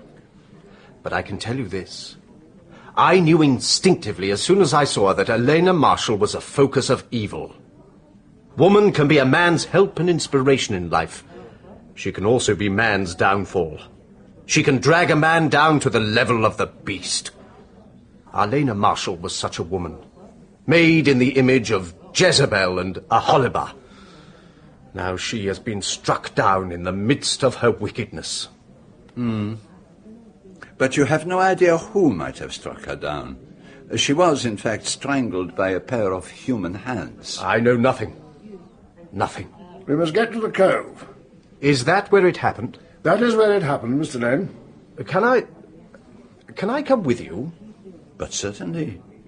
You can accompany us and Mr. Redfern there in the boat. Let us be on our way. The lads have been over the beach pretty thoroughly, sir, but I can't say they've come up with much. One empty cigarette packet, a chicken bone, 3 pieces of string, and a pair of scissors. The scissors have obviously been left out quite recently. They're still bright and shining. They weren't out in yesterday's rain. Where were they found? Close by the bottom of the ladder. And there was this fragment of a pipe. Oh, quality briar. Expensive. You smoke a pipe, do you not, Mr. Lane? Oh, yes. It's my old friend and companion. I've got it here. Never leaves my pocket. Tell me, where was the body found? Just about where you're standing, sir. Oh. Now then, Mr. Redfern, where's the entrance to this cave? I can't see any sign of it. It's over here. Just by this pile of rocks, the entrance is round here. It looks very narrow. It would be difficult for a man to squeeze through that. You'll find its appearance is deceptive. You'll just about manage it, Monsieur Poirot.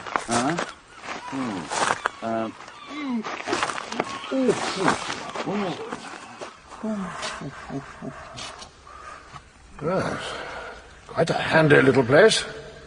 You'd never suspect it was here from the outside. What is it, Poirot? Trace of perfume, perhaps? Well, I can't smell anything. Doesn't seem to be anything of interest. There is a ledge up there. Might be worth investigating, but it is beyond my reach. You are a tall man, Mr. Lane. Could I ask you to find out if there is anything there? Of course. Yes. There's a box of some sort. Careful. Don't handle it more than you can help. There may be fingerprints. A sandwich tin. Left behind from somebody's picnic, I suppose. Oh, very neat. Containers for salt and pepper and mustard. Well, that's funny. They're all full of salt. Are you quite certain that it is salt, Inspector? Oh, this isn't salt. Not by a long way. Could be a drug of some sort. Better send it off straight away. Get your men to go over this place with a fine tooth comb. We may as well return to the hotel. By all means. And let us go back while the sea is still calm. Could she have been a drug addict, Poirot? Elena Marshall? I should doubt that. She had steady nerves, radiant health. No, I do not think she took drugs.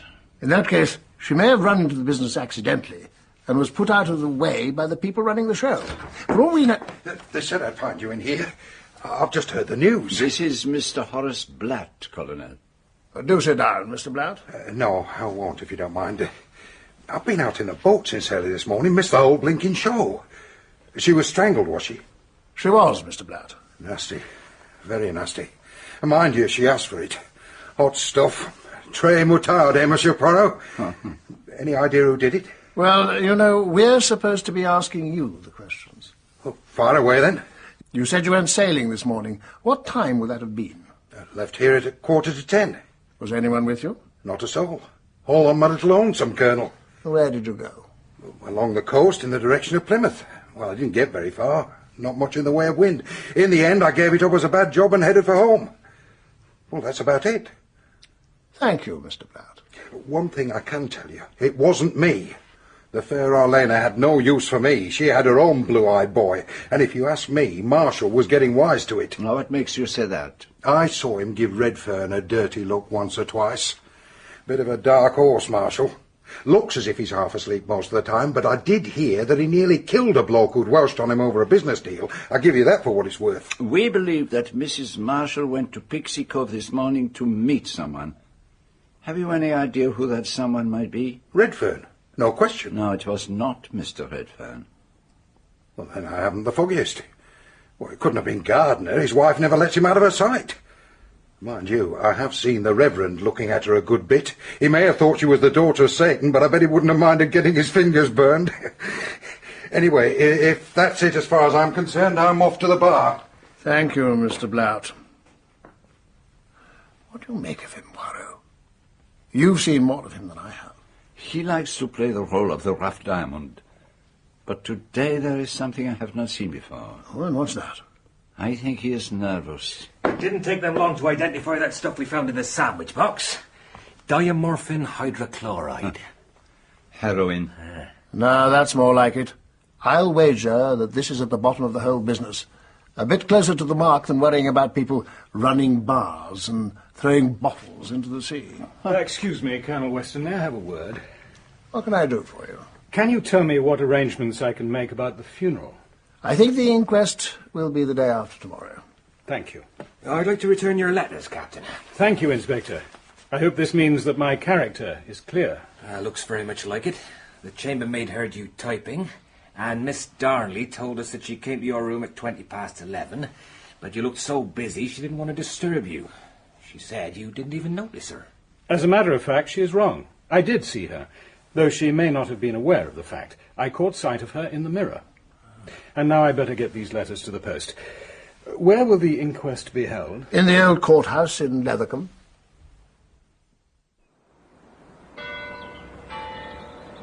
It didn't go so badly, did it? Difficult to say. They were so cautious. Any idea what the police think? They say they're perfectly happy with my alibi, but they still seem pretty suspicious. There are times when I can't believe that any of this really happened. Don't you worry. We'll pull through, all right. But we better be getting back. Linda will be getting anxious.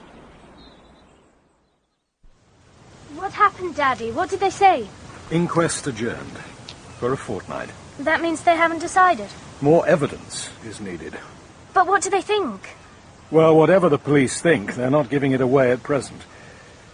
We shall all just have to wait. Look, Linda, I've got a couple of urgent phone calls to make. I'll be back as quickly as I can. Try not to let it worry you so much. I know it's all been very terrible, but it's no good brooding over it. I mean, it isn't as if you were fond of Arlena. No, I wasn't fond of her. Then why are you getting so obsessed by it all? You don't understand. I think I do, my dear. No, you don't. You don't understand in the least. And Christine, Mrs. Redfern doesn't either. You just think it's morbid, that I'm dwelling on it all when I needn't. But it isn't like that at all. If you knew what I know... What is it that you know, Linda? Nothing. Be careful, Linda. Be very careful. Arlena is dead. That's all there is to it. Forget it all, and for goodness sake, hold your tongue. If Father... Don't talk about it. I've got to say one thing.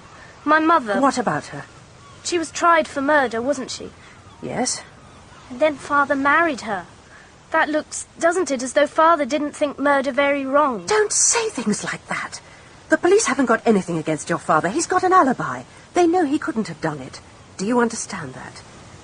You'll be able to leave here soon. You'll forget everything. You'll see you will. I shall never forget. Never. Madame Redfern, there is something I wish to know. And what is that?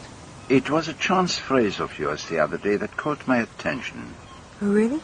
You were describing how you went into Linda Marshall's room and found her absent, and how she returned and you asked her where she had been. And I said she had been bathing. No, but you did not say that.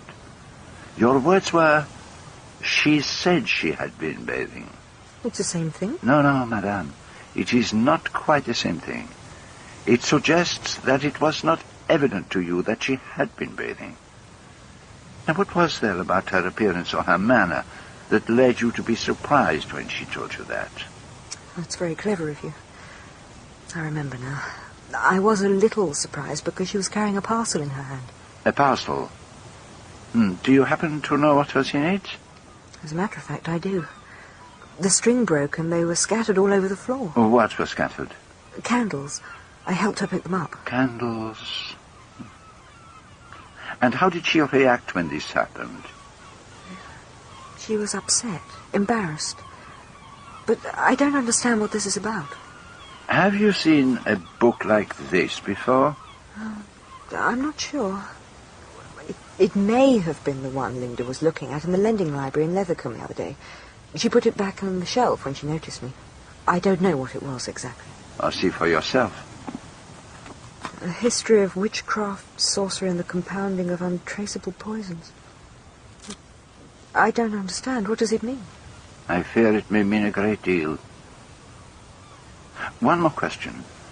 On the morning of the murder, did you take a bath before you went out to play tennis? Why on earth should I do that? I wouldn't have had time anyway. Why do you ask? Oh, it is of no importance. So, it's my turn, is it? I do not understand, mademoiselle. While the Chief Constable was conducting his little inquisition, you sat by and said nothing. Now I think you are conducting your own inquiry. First Christine Redfern, and now me. You are very intelligent, mademoiselle. I've thought so ever since I arrived here. It would be a pleasure to discuss this business with you. You want to know what I think about the whole thing? It would be very interesting. I think it's really very simple.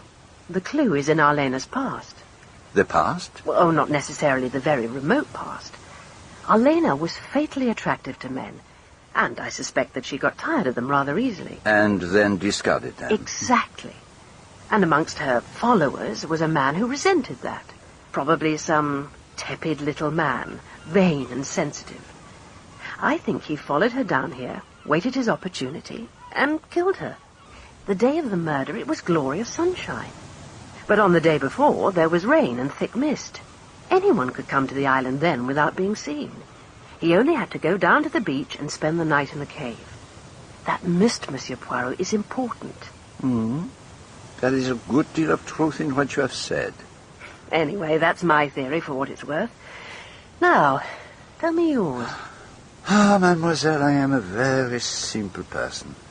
I always incline to the belief that the crime is invariably committed by the most likely person. From the very beginning, it seemed to me that one person was most clearly indicated. Go on. But you see, there is what you call a fly in the ointment. It seems impossible for that person to have committed the crime. Well? So what do we do about it? That is the problem. May I ask you a question? Of course. When you came in to change for tennis on the morning of the murder, did you take a bath? A bath? What do you mean? You know, a bath. You turn on the taps, it fills up with water, you get into it. No, Monsieur Poirot, I did not take a bath. So, nobody took a bath. That is extremely interesting. I suppose this is the Sherlock Holmes touch. No. Will you permit me to be impertinent, madame? I'm sure you couldn't be impertinent, Monsieur Poirot. That is very kind of you. Then may I venture to say that the scent you use is delicious. It has a nuance, a delicate, elusive charm. Gabrielle number 8, I think.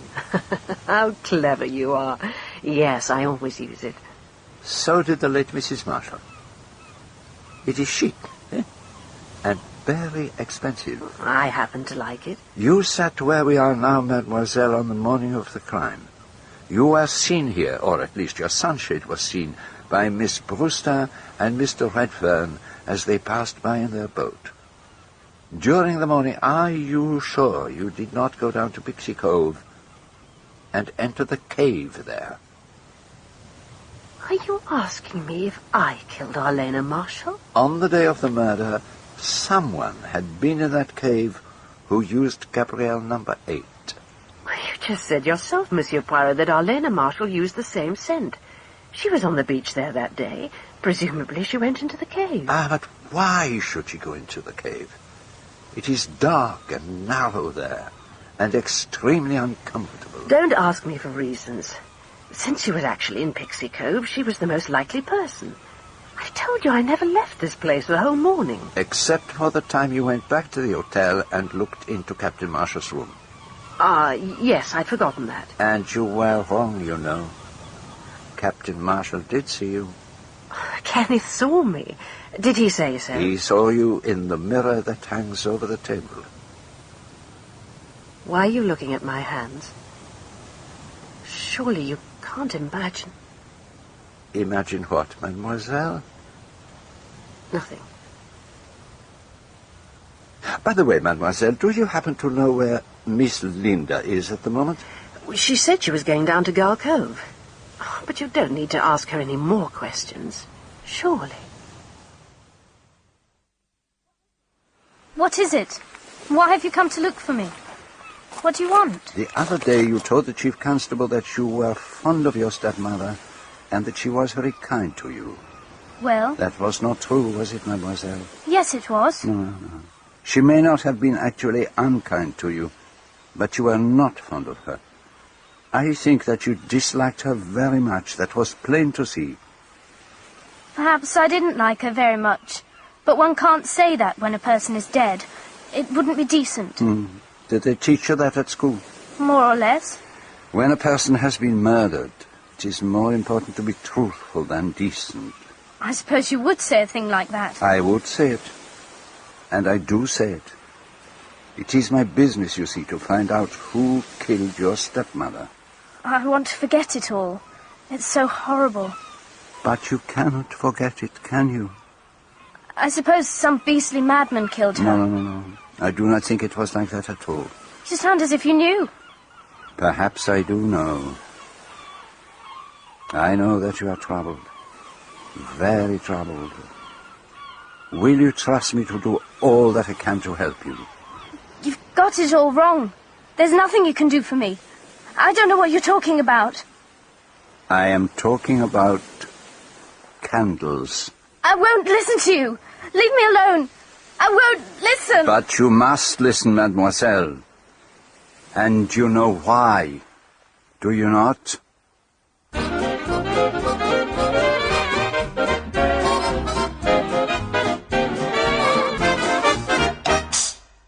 It seems that I am fated never to take the holiday without a body turning up to interrupt it. I was staying at the Jolly Roger Hotel on an island off the Devon coast when the corpse of Arlena Marshall was found in a deserted bay. She had been strangled. At least 3 of the guests at the hotel had good reasons to wish her out of the way. And, to further muddy the waters, there were indications of drug smuggling, witchcraft, and blackmail. Blackmail, Colonel. I'm sure that's what this is all about. I've been going into the details of Mrs. Marshall's finances with her lawyers. You remember that she was left £50,000 by Sir Roger Erskine? The old boy who was supposed to have been totally infatuated with her. That's the one. Well, there's only 15,000 left. And do we have any idea what's become of it, Colgate? Well, that's just the point, sir. She seems to have handed it over, either in cash or in negotiable securities, so that it couldn't be traced. It certainly sounds like blackmail. And from what Mrs. Redfern told us about the conversation she overheard, we have to assume that the blackmailer is someone staying in the hotel. Have you got any more information on the Reverend Lane? Or Horace Blatt? Stephen Lane resigned his living in Surrey just over a year ago, owing to what was described as ill health. He was treated for mental illness. It seems he had some kind of obsession about the whore of Babylon and regarded some of his female parishioners as instruments of Satan. Well, doesn't help us much with the blackmail angle. But he could have convinced himself that it was his appointed duty to get rid of Arlena Marshall. Far-fetched, I admit. But these things do happen. Did you check on his alibi? He certainly signed his name in the visitor's book in the church at St. Petrock. But since the previous entry was 6 weeks earlier, he could have gone over there at any time. It's not conclusive proof that he was there on the day of the killing. And Horace Blatt? Oh, there's certainly something pretty fishy going on there. He's been making far more money than his hardware business could ever hope to bring in. So he could be our blackmailer? Or it could be dope.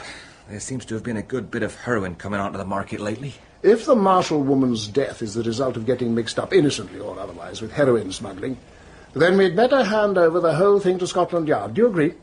It seems a very likely explanation. Have you told Poirot all this? Oh, yes, I told him. His only reaction was to ask me for information on any strangling cases over the last 3 years. Did he now?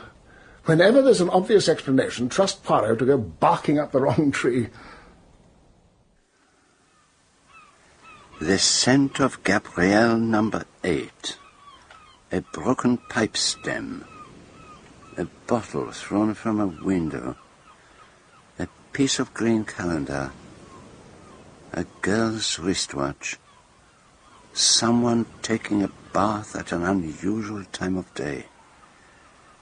Each of these must be fitted into its correct place. There can be no loose ends. A task for the little grey cells.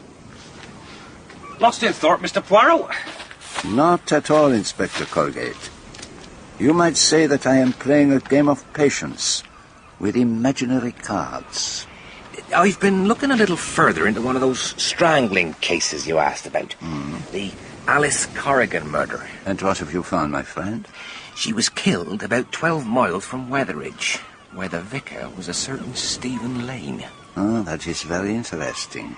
The husband was the obvious suspect, since the woman's life had been insured in his favour, but he was washed right out of it. The body was discovered by a passing hiker, a games mistress from a school up north somewhere, at 4:15.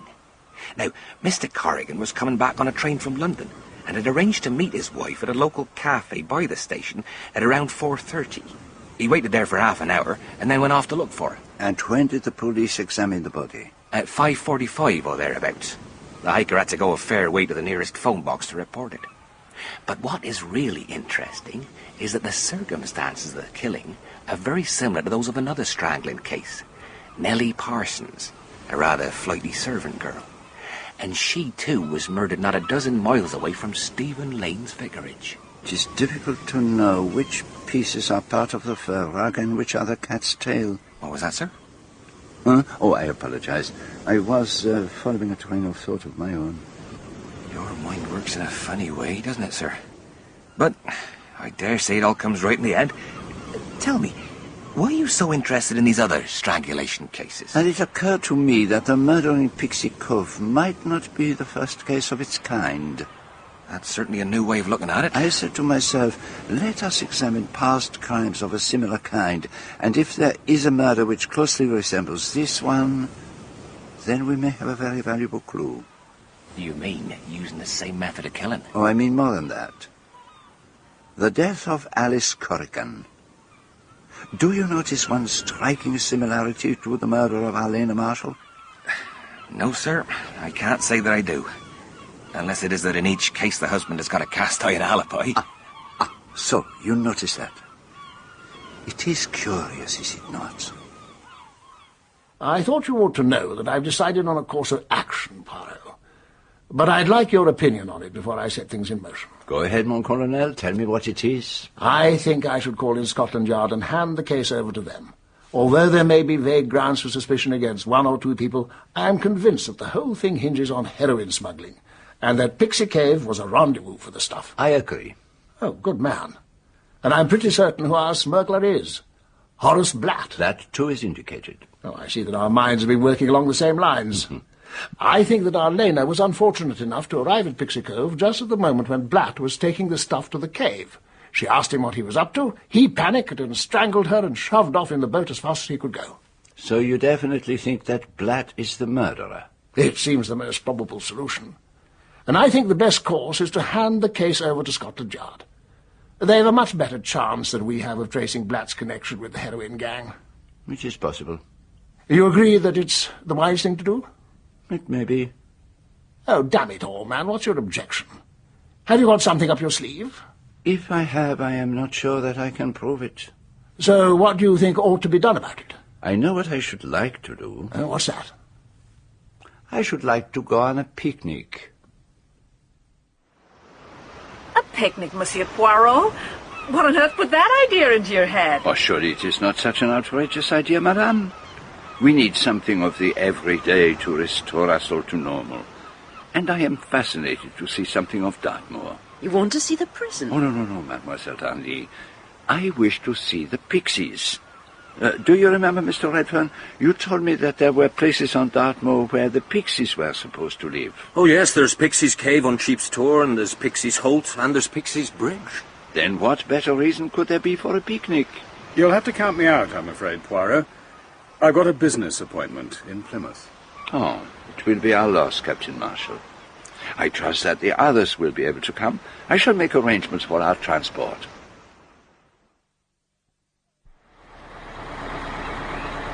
It looks as though it's going to be a lovely day. It's not really pixie weather, Mrs. Gardner. I don't think they care much for sunshine. I'm afraid Linda's not coming, Monsieur Poirot. She says she's got a frightful headache. But it would do her good to come out with us. It might help to cheer her up a little. Well, I've tried to tell her that, but it's no use. She's absolutely determined. I've given her some aspirin and she's gone to bed. I'll stay with Linda. I don't mind a bit. Oh, no, Christine. You must come with us, darling. I'm sure Linda will be all right on her own.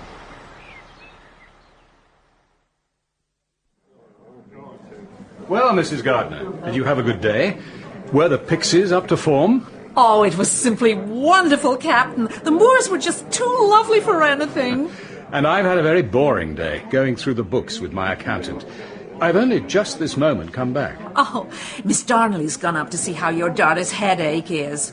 Oh, it was such a pity you couldn't be with us. We had a really marvellous picnic, and Monsieur Poirot was in such high spirits. Poor Miss Brewster had rather a funny turn on the way back, though. I trust it wasn't serious. Oh, it was just her vertigo, I think. We were crossing a narrow bridge over a little river, and she suddenly stopped and couldn't go on. She just stood there, swaying backwards and forwards until Mr. Redfern and Monsieur Poirot went to her rescue. Oh, but I better go up and see how my husband is making out. He had one of those Cornish pasty things, and he'll probably have to be in the bathroom for hours. Kenneth, something's happened to Linda. You'd better come. I just can't wake her.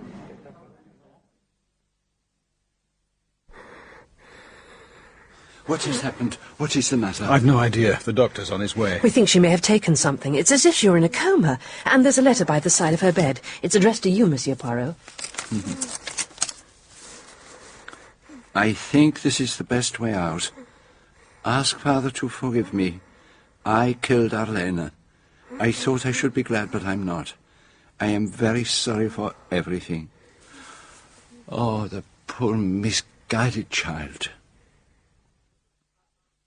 There is a chance she may pull through, but the doctor doesn't offer a great deal of hope. Oh, the poor kid. How the hell did she get hold of the stuff? There was a bottle of sleeping tablets in my room. I think she must have taken them. Well, how did she know about them? I gave her one, the night after Elena's body was found. She told me she couldn't sleep. I should have kept them locked up. It might have been wiser, darling. You mustn't blame yourself, Mrs. Redfern. She knew what she was doing. But why? What did she mean by that letter? She can't have killed Arlena. It just isn't possible. I fear it is all too possible, mademoiselle. But I was with her at Gull Cove until 12:15. You know that. But how do you know? By the evidence of Linda's wristwatch. You do not know of your own knowledge that it was 12:15 when you left her. You only know that she told you so. Oh, but the whole thing's quite preposterous. Captain Marshall, in your daughter's room after the murder, I found in the hearth a large blob of melted wax, some burnt hair, fragments of cardboard and paper, and an ordinary household pin. What's that supposed to add up to? Tucked away in her bookshelf, I found a book from the local library on witchcraft and black magic. It fell open at a certain page, describing how to cause death by moulding a wax figure supposed to represent the victim and slowly roasting it until it melted away, or by piercing it with a pin in the area of the heart. So that's what she was doing with those candles. She twisted a scrap of Arlene's hair around the figure, pierced it with a pin, and melted it in the grate. But that doesn't mean she killed her. She could quite easily have done so. If she had changed the hands of her watch, she would have had all the time in the world after Mrs. Redfern had departed to cut across the island, climb down the ladder to Pixie Cove, kill her stepmother, and return by the way she had come. I don't believe Linda killed Arlena. It's absurd. And her letter? I can't account for it. There are two possibilities. She could have written it knowing herself to be the murderess, or she wrote it to shield someone else whom she felt was suspected. Meaning me, I suppose. But she knew I was in the clear. Supposing it was not so much that she thought you were suspected as that she knew you were guilty. That's absurd. Is it? You could not have killed your wife if you were acting alone. But supposing someone helped you. What the devil do you mean by that? It is quite true that you could not have typed out those letters and at the same time have gone down to Pixie Cove, but you could have jotted down their contents in shorthand for Miss Darnley to type out. I can't do shorthand. Oh, this is ridiculous. Is it? Then why did you both lie to me? You told me, Miss Darnley, that you had seen Captain Marshall from the door sitting at the typewriter, but that is not possible.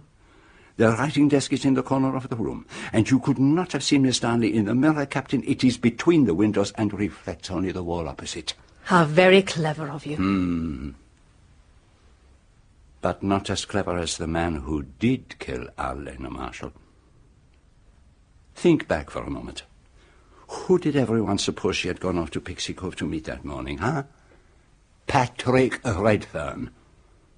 And I knew from the look on her face that it was not a blackmailer she was expecting, but her lover. Well, it certainly wasn't me. Someone must have used my name. I think not. It is my belief that she went to Pixie Cove to meet you, and that she did meet you there, and that you killed her there, as you had planned to do. You're mad. You know very well I went round to the beach in the boat with Miss Brewster and found Arlena lying dead on the beach. Not dead, Mr. Redfern. It was the living body of the woman who helped you. Her arms and legs stained with tan, her face hidden by a large green cardboard hat.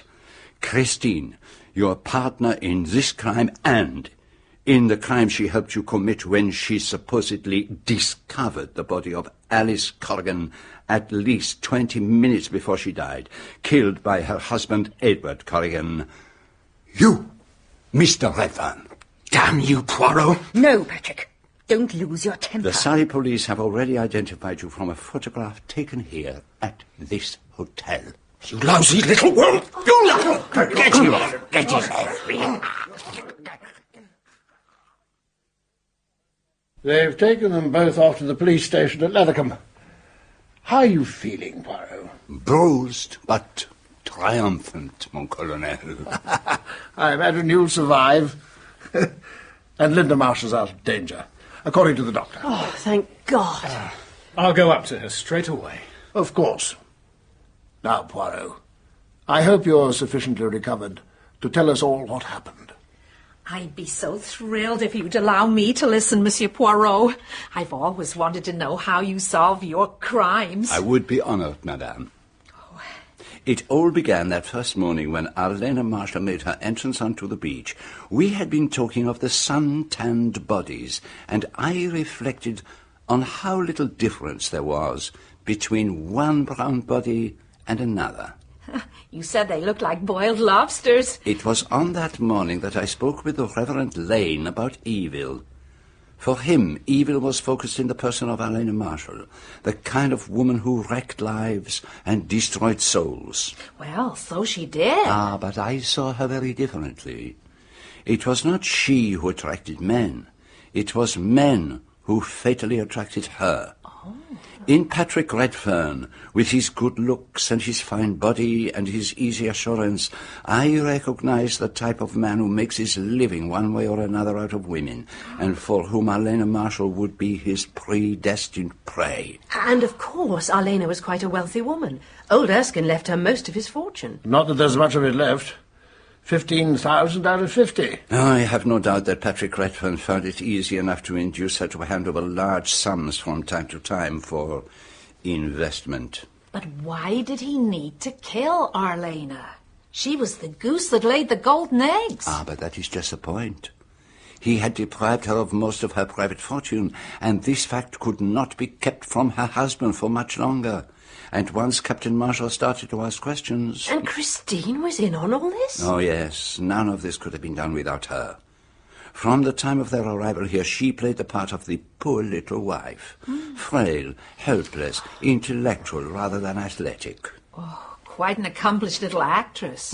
Just think of the points she made, one after another. Her tendency to blister, her giddiness at heights. Well, she told Miss Brewster she got stuck on the outside staircase of Milan Cathedral. Everyone spoke of her as a little woman, but she was actually as tall as Helena Marshall. She told people that she had been a schoolteacher as part of her bookish image.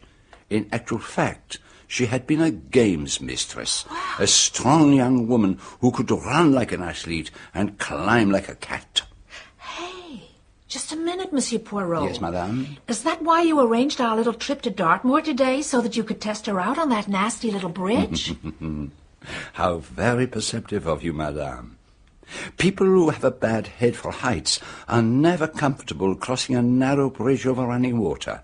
Miss Brewster, a genuine sufferer, was rendered quite helpless, but Christine Redfern ran across it without even noticing it. Oh, that's But I still want to know exactly how they managed the killing. I will take you through it step by step. Redfern's first act was to slip out very early by the balcony door which you notice, Colonel. Under his bathing wrap he concealed a large beach hat, the kind worn by Helena Marshall. He crossed the island, climbed down the ladder to Pixie Cove, and hid the hat among the rocks. Step number 1. So he had arranged a rendezvous with Helena? Yes. She agreed to go there early, and he told her he would join her at Pixie Cove as soon as he could slip away unobtrusively. If Helena heard anyone descending the ladder, she was to hide in the cave, the secret of which he had explained to her, and wait there till the coast was clear. Step 2. You said you could smell Gabrielle number 8 in the cave. It was hers, of course. Exactly, mademoiselle. In the meantime, Christine was in Linda's room at the time she calculated she would have gone out for her swim. She altered Linda's watch, putting it forward 20 minutes. While she was there, she noticed the book on witchcraft and black magic. And when Linda returned and dropped the package of candles, she realized exactly what was in the girl's mind. It opened up new possibilities. The original scheme had been to throw suspicion onto Kenneth Marshall, hence the fragment of a briar pipe at the bottom of the ladder. What a ruthless little bitch. Christine went back to her own room, took out a bottle of artificial suntan, applied it carefully, and threw the empty bottle out of the window. Oh, nearly brained Miss Brewster. So that was why you were so obsessed about that bottle. Uh-huh. She then dressed herself in a white bathing suit and then put on a pair of floppy beach pajamas which effectively concealed her artificial suntan. And I put it down to her hopeless dress sense. It also effectively concealed her watch from Linda. At Gull Cove at 11:25, she asked Linda what time it was. Linda's watch showed 11:45. Christine began to pack up her sketching things, and Linda set off for a bathe. As soon as her back was turned, Christine put Linda's watch back to the correct time.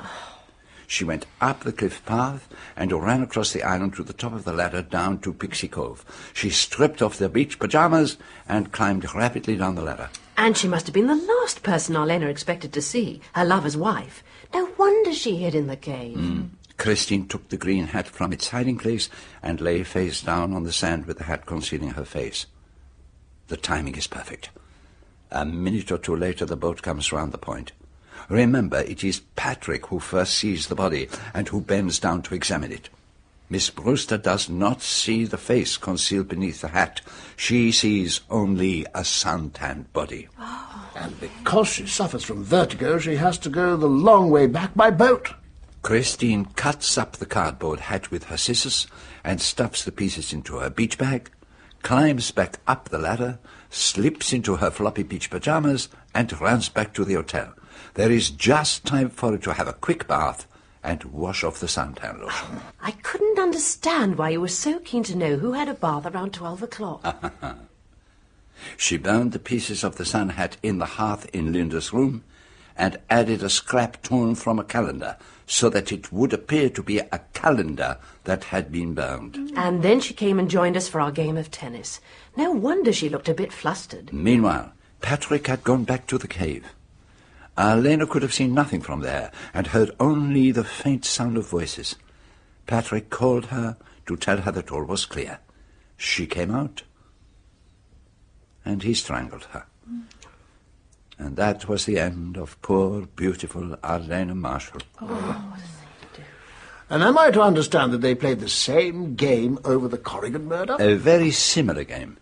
Again, it involved juggling with time. Christine appeared to be a totally independent witness, a passing lady hiker. She said that she had stumbled upon the body at 4:15. Patrick's alibi effectively covered him until 4:30. He sat in a cafe, apparently waiting for Mrs. Corrigan, and made certain that he was noticed, after which he went to the rendezvous which he had actually arranged with her, and murdered the poor woman. Ingenious. The police had no reason to question the alibi with which Christine had supplied him. And it was the similarity between the two cases. The corpse discovered before the actual time of the murder that convinced me I was right. All that was necessary was to goad Patrick Redfern into giving himself away. It was a little rash, perhaps, exposing myself to danger, but it succeeded.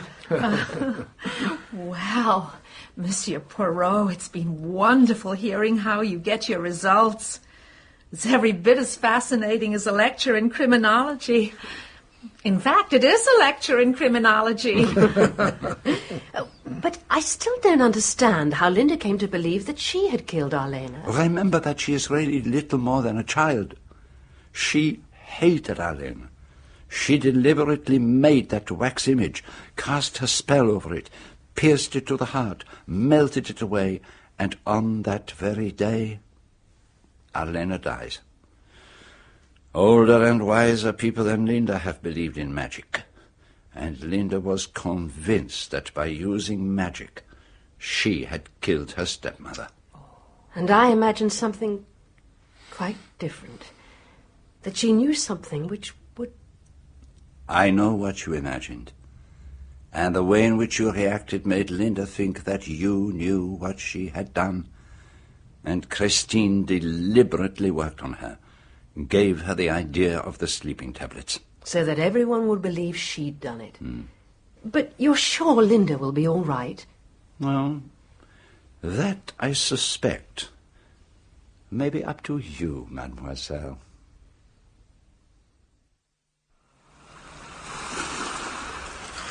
But it's just the same as if I had killed her, isn't it?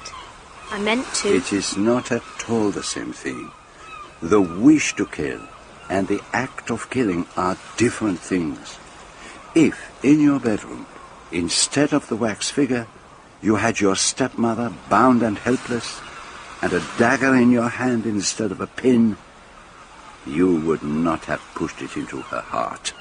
I suppose that's true. It was silly, it was childish, but by doing what you did, you took the hatred out of yourself and put it into that little wax figure. And when you burnt it in the fire, you destroyed not your stepmother, but the animosity you bore her. Yes, I did feel a kind of relief at first. But then I got frightened. Ah, well, let it be a lesson. Just make sure you don't hate your next stepmother. My next stepmother? Oh, you mean Rosamond? Do you really think there's a chance? A very good chance, I should say. I don't mind her. She's sensible. I think we'll get on very well.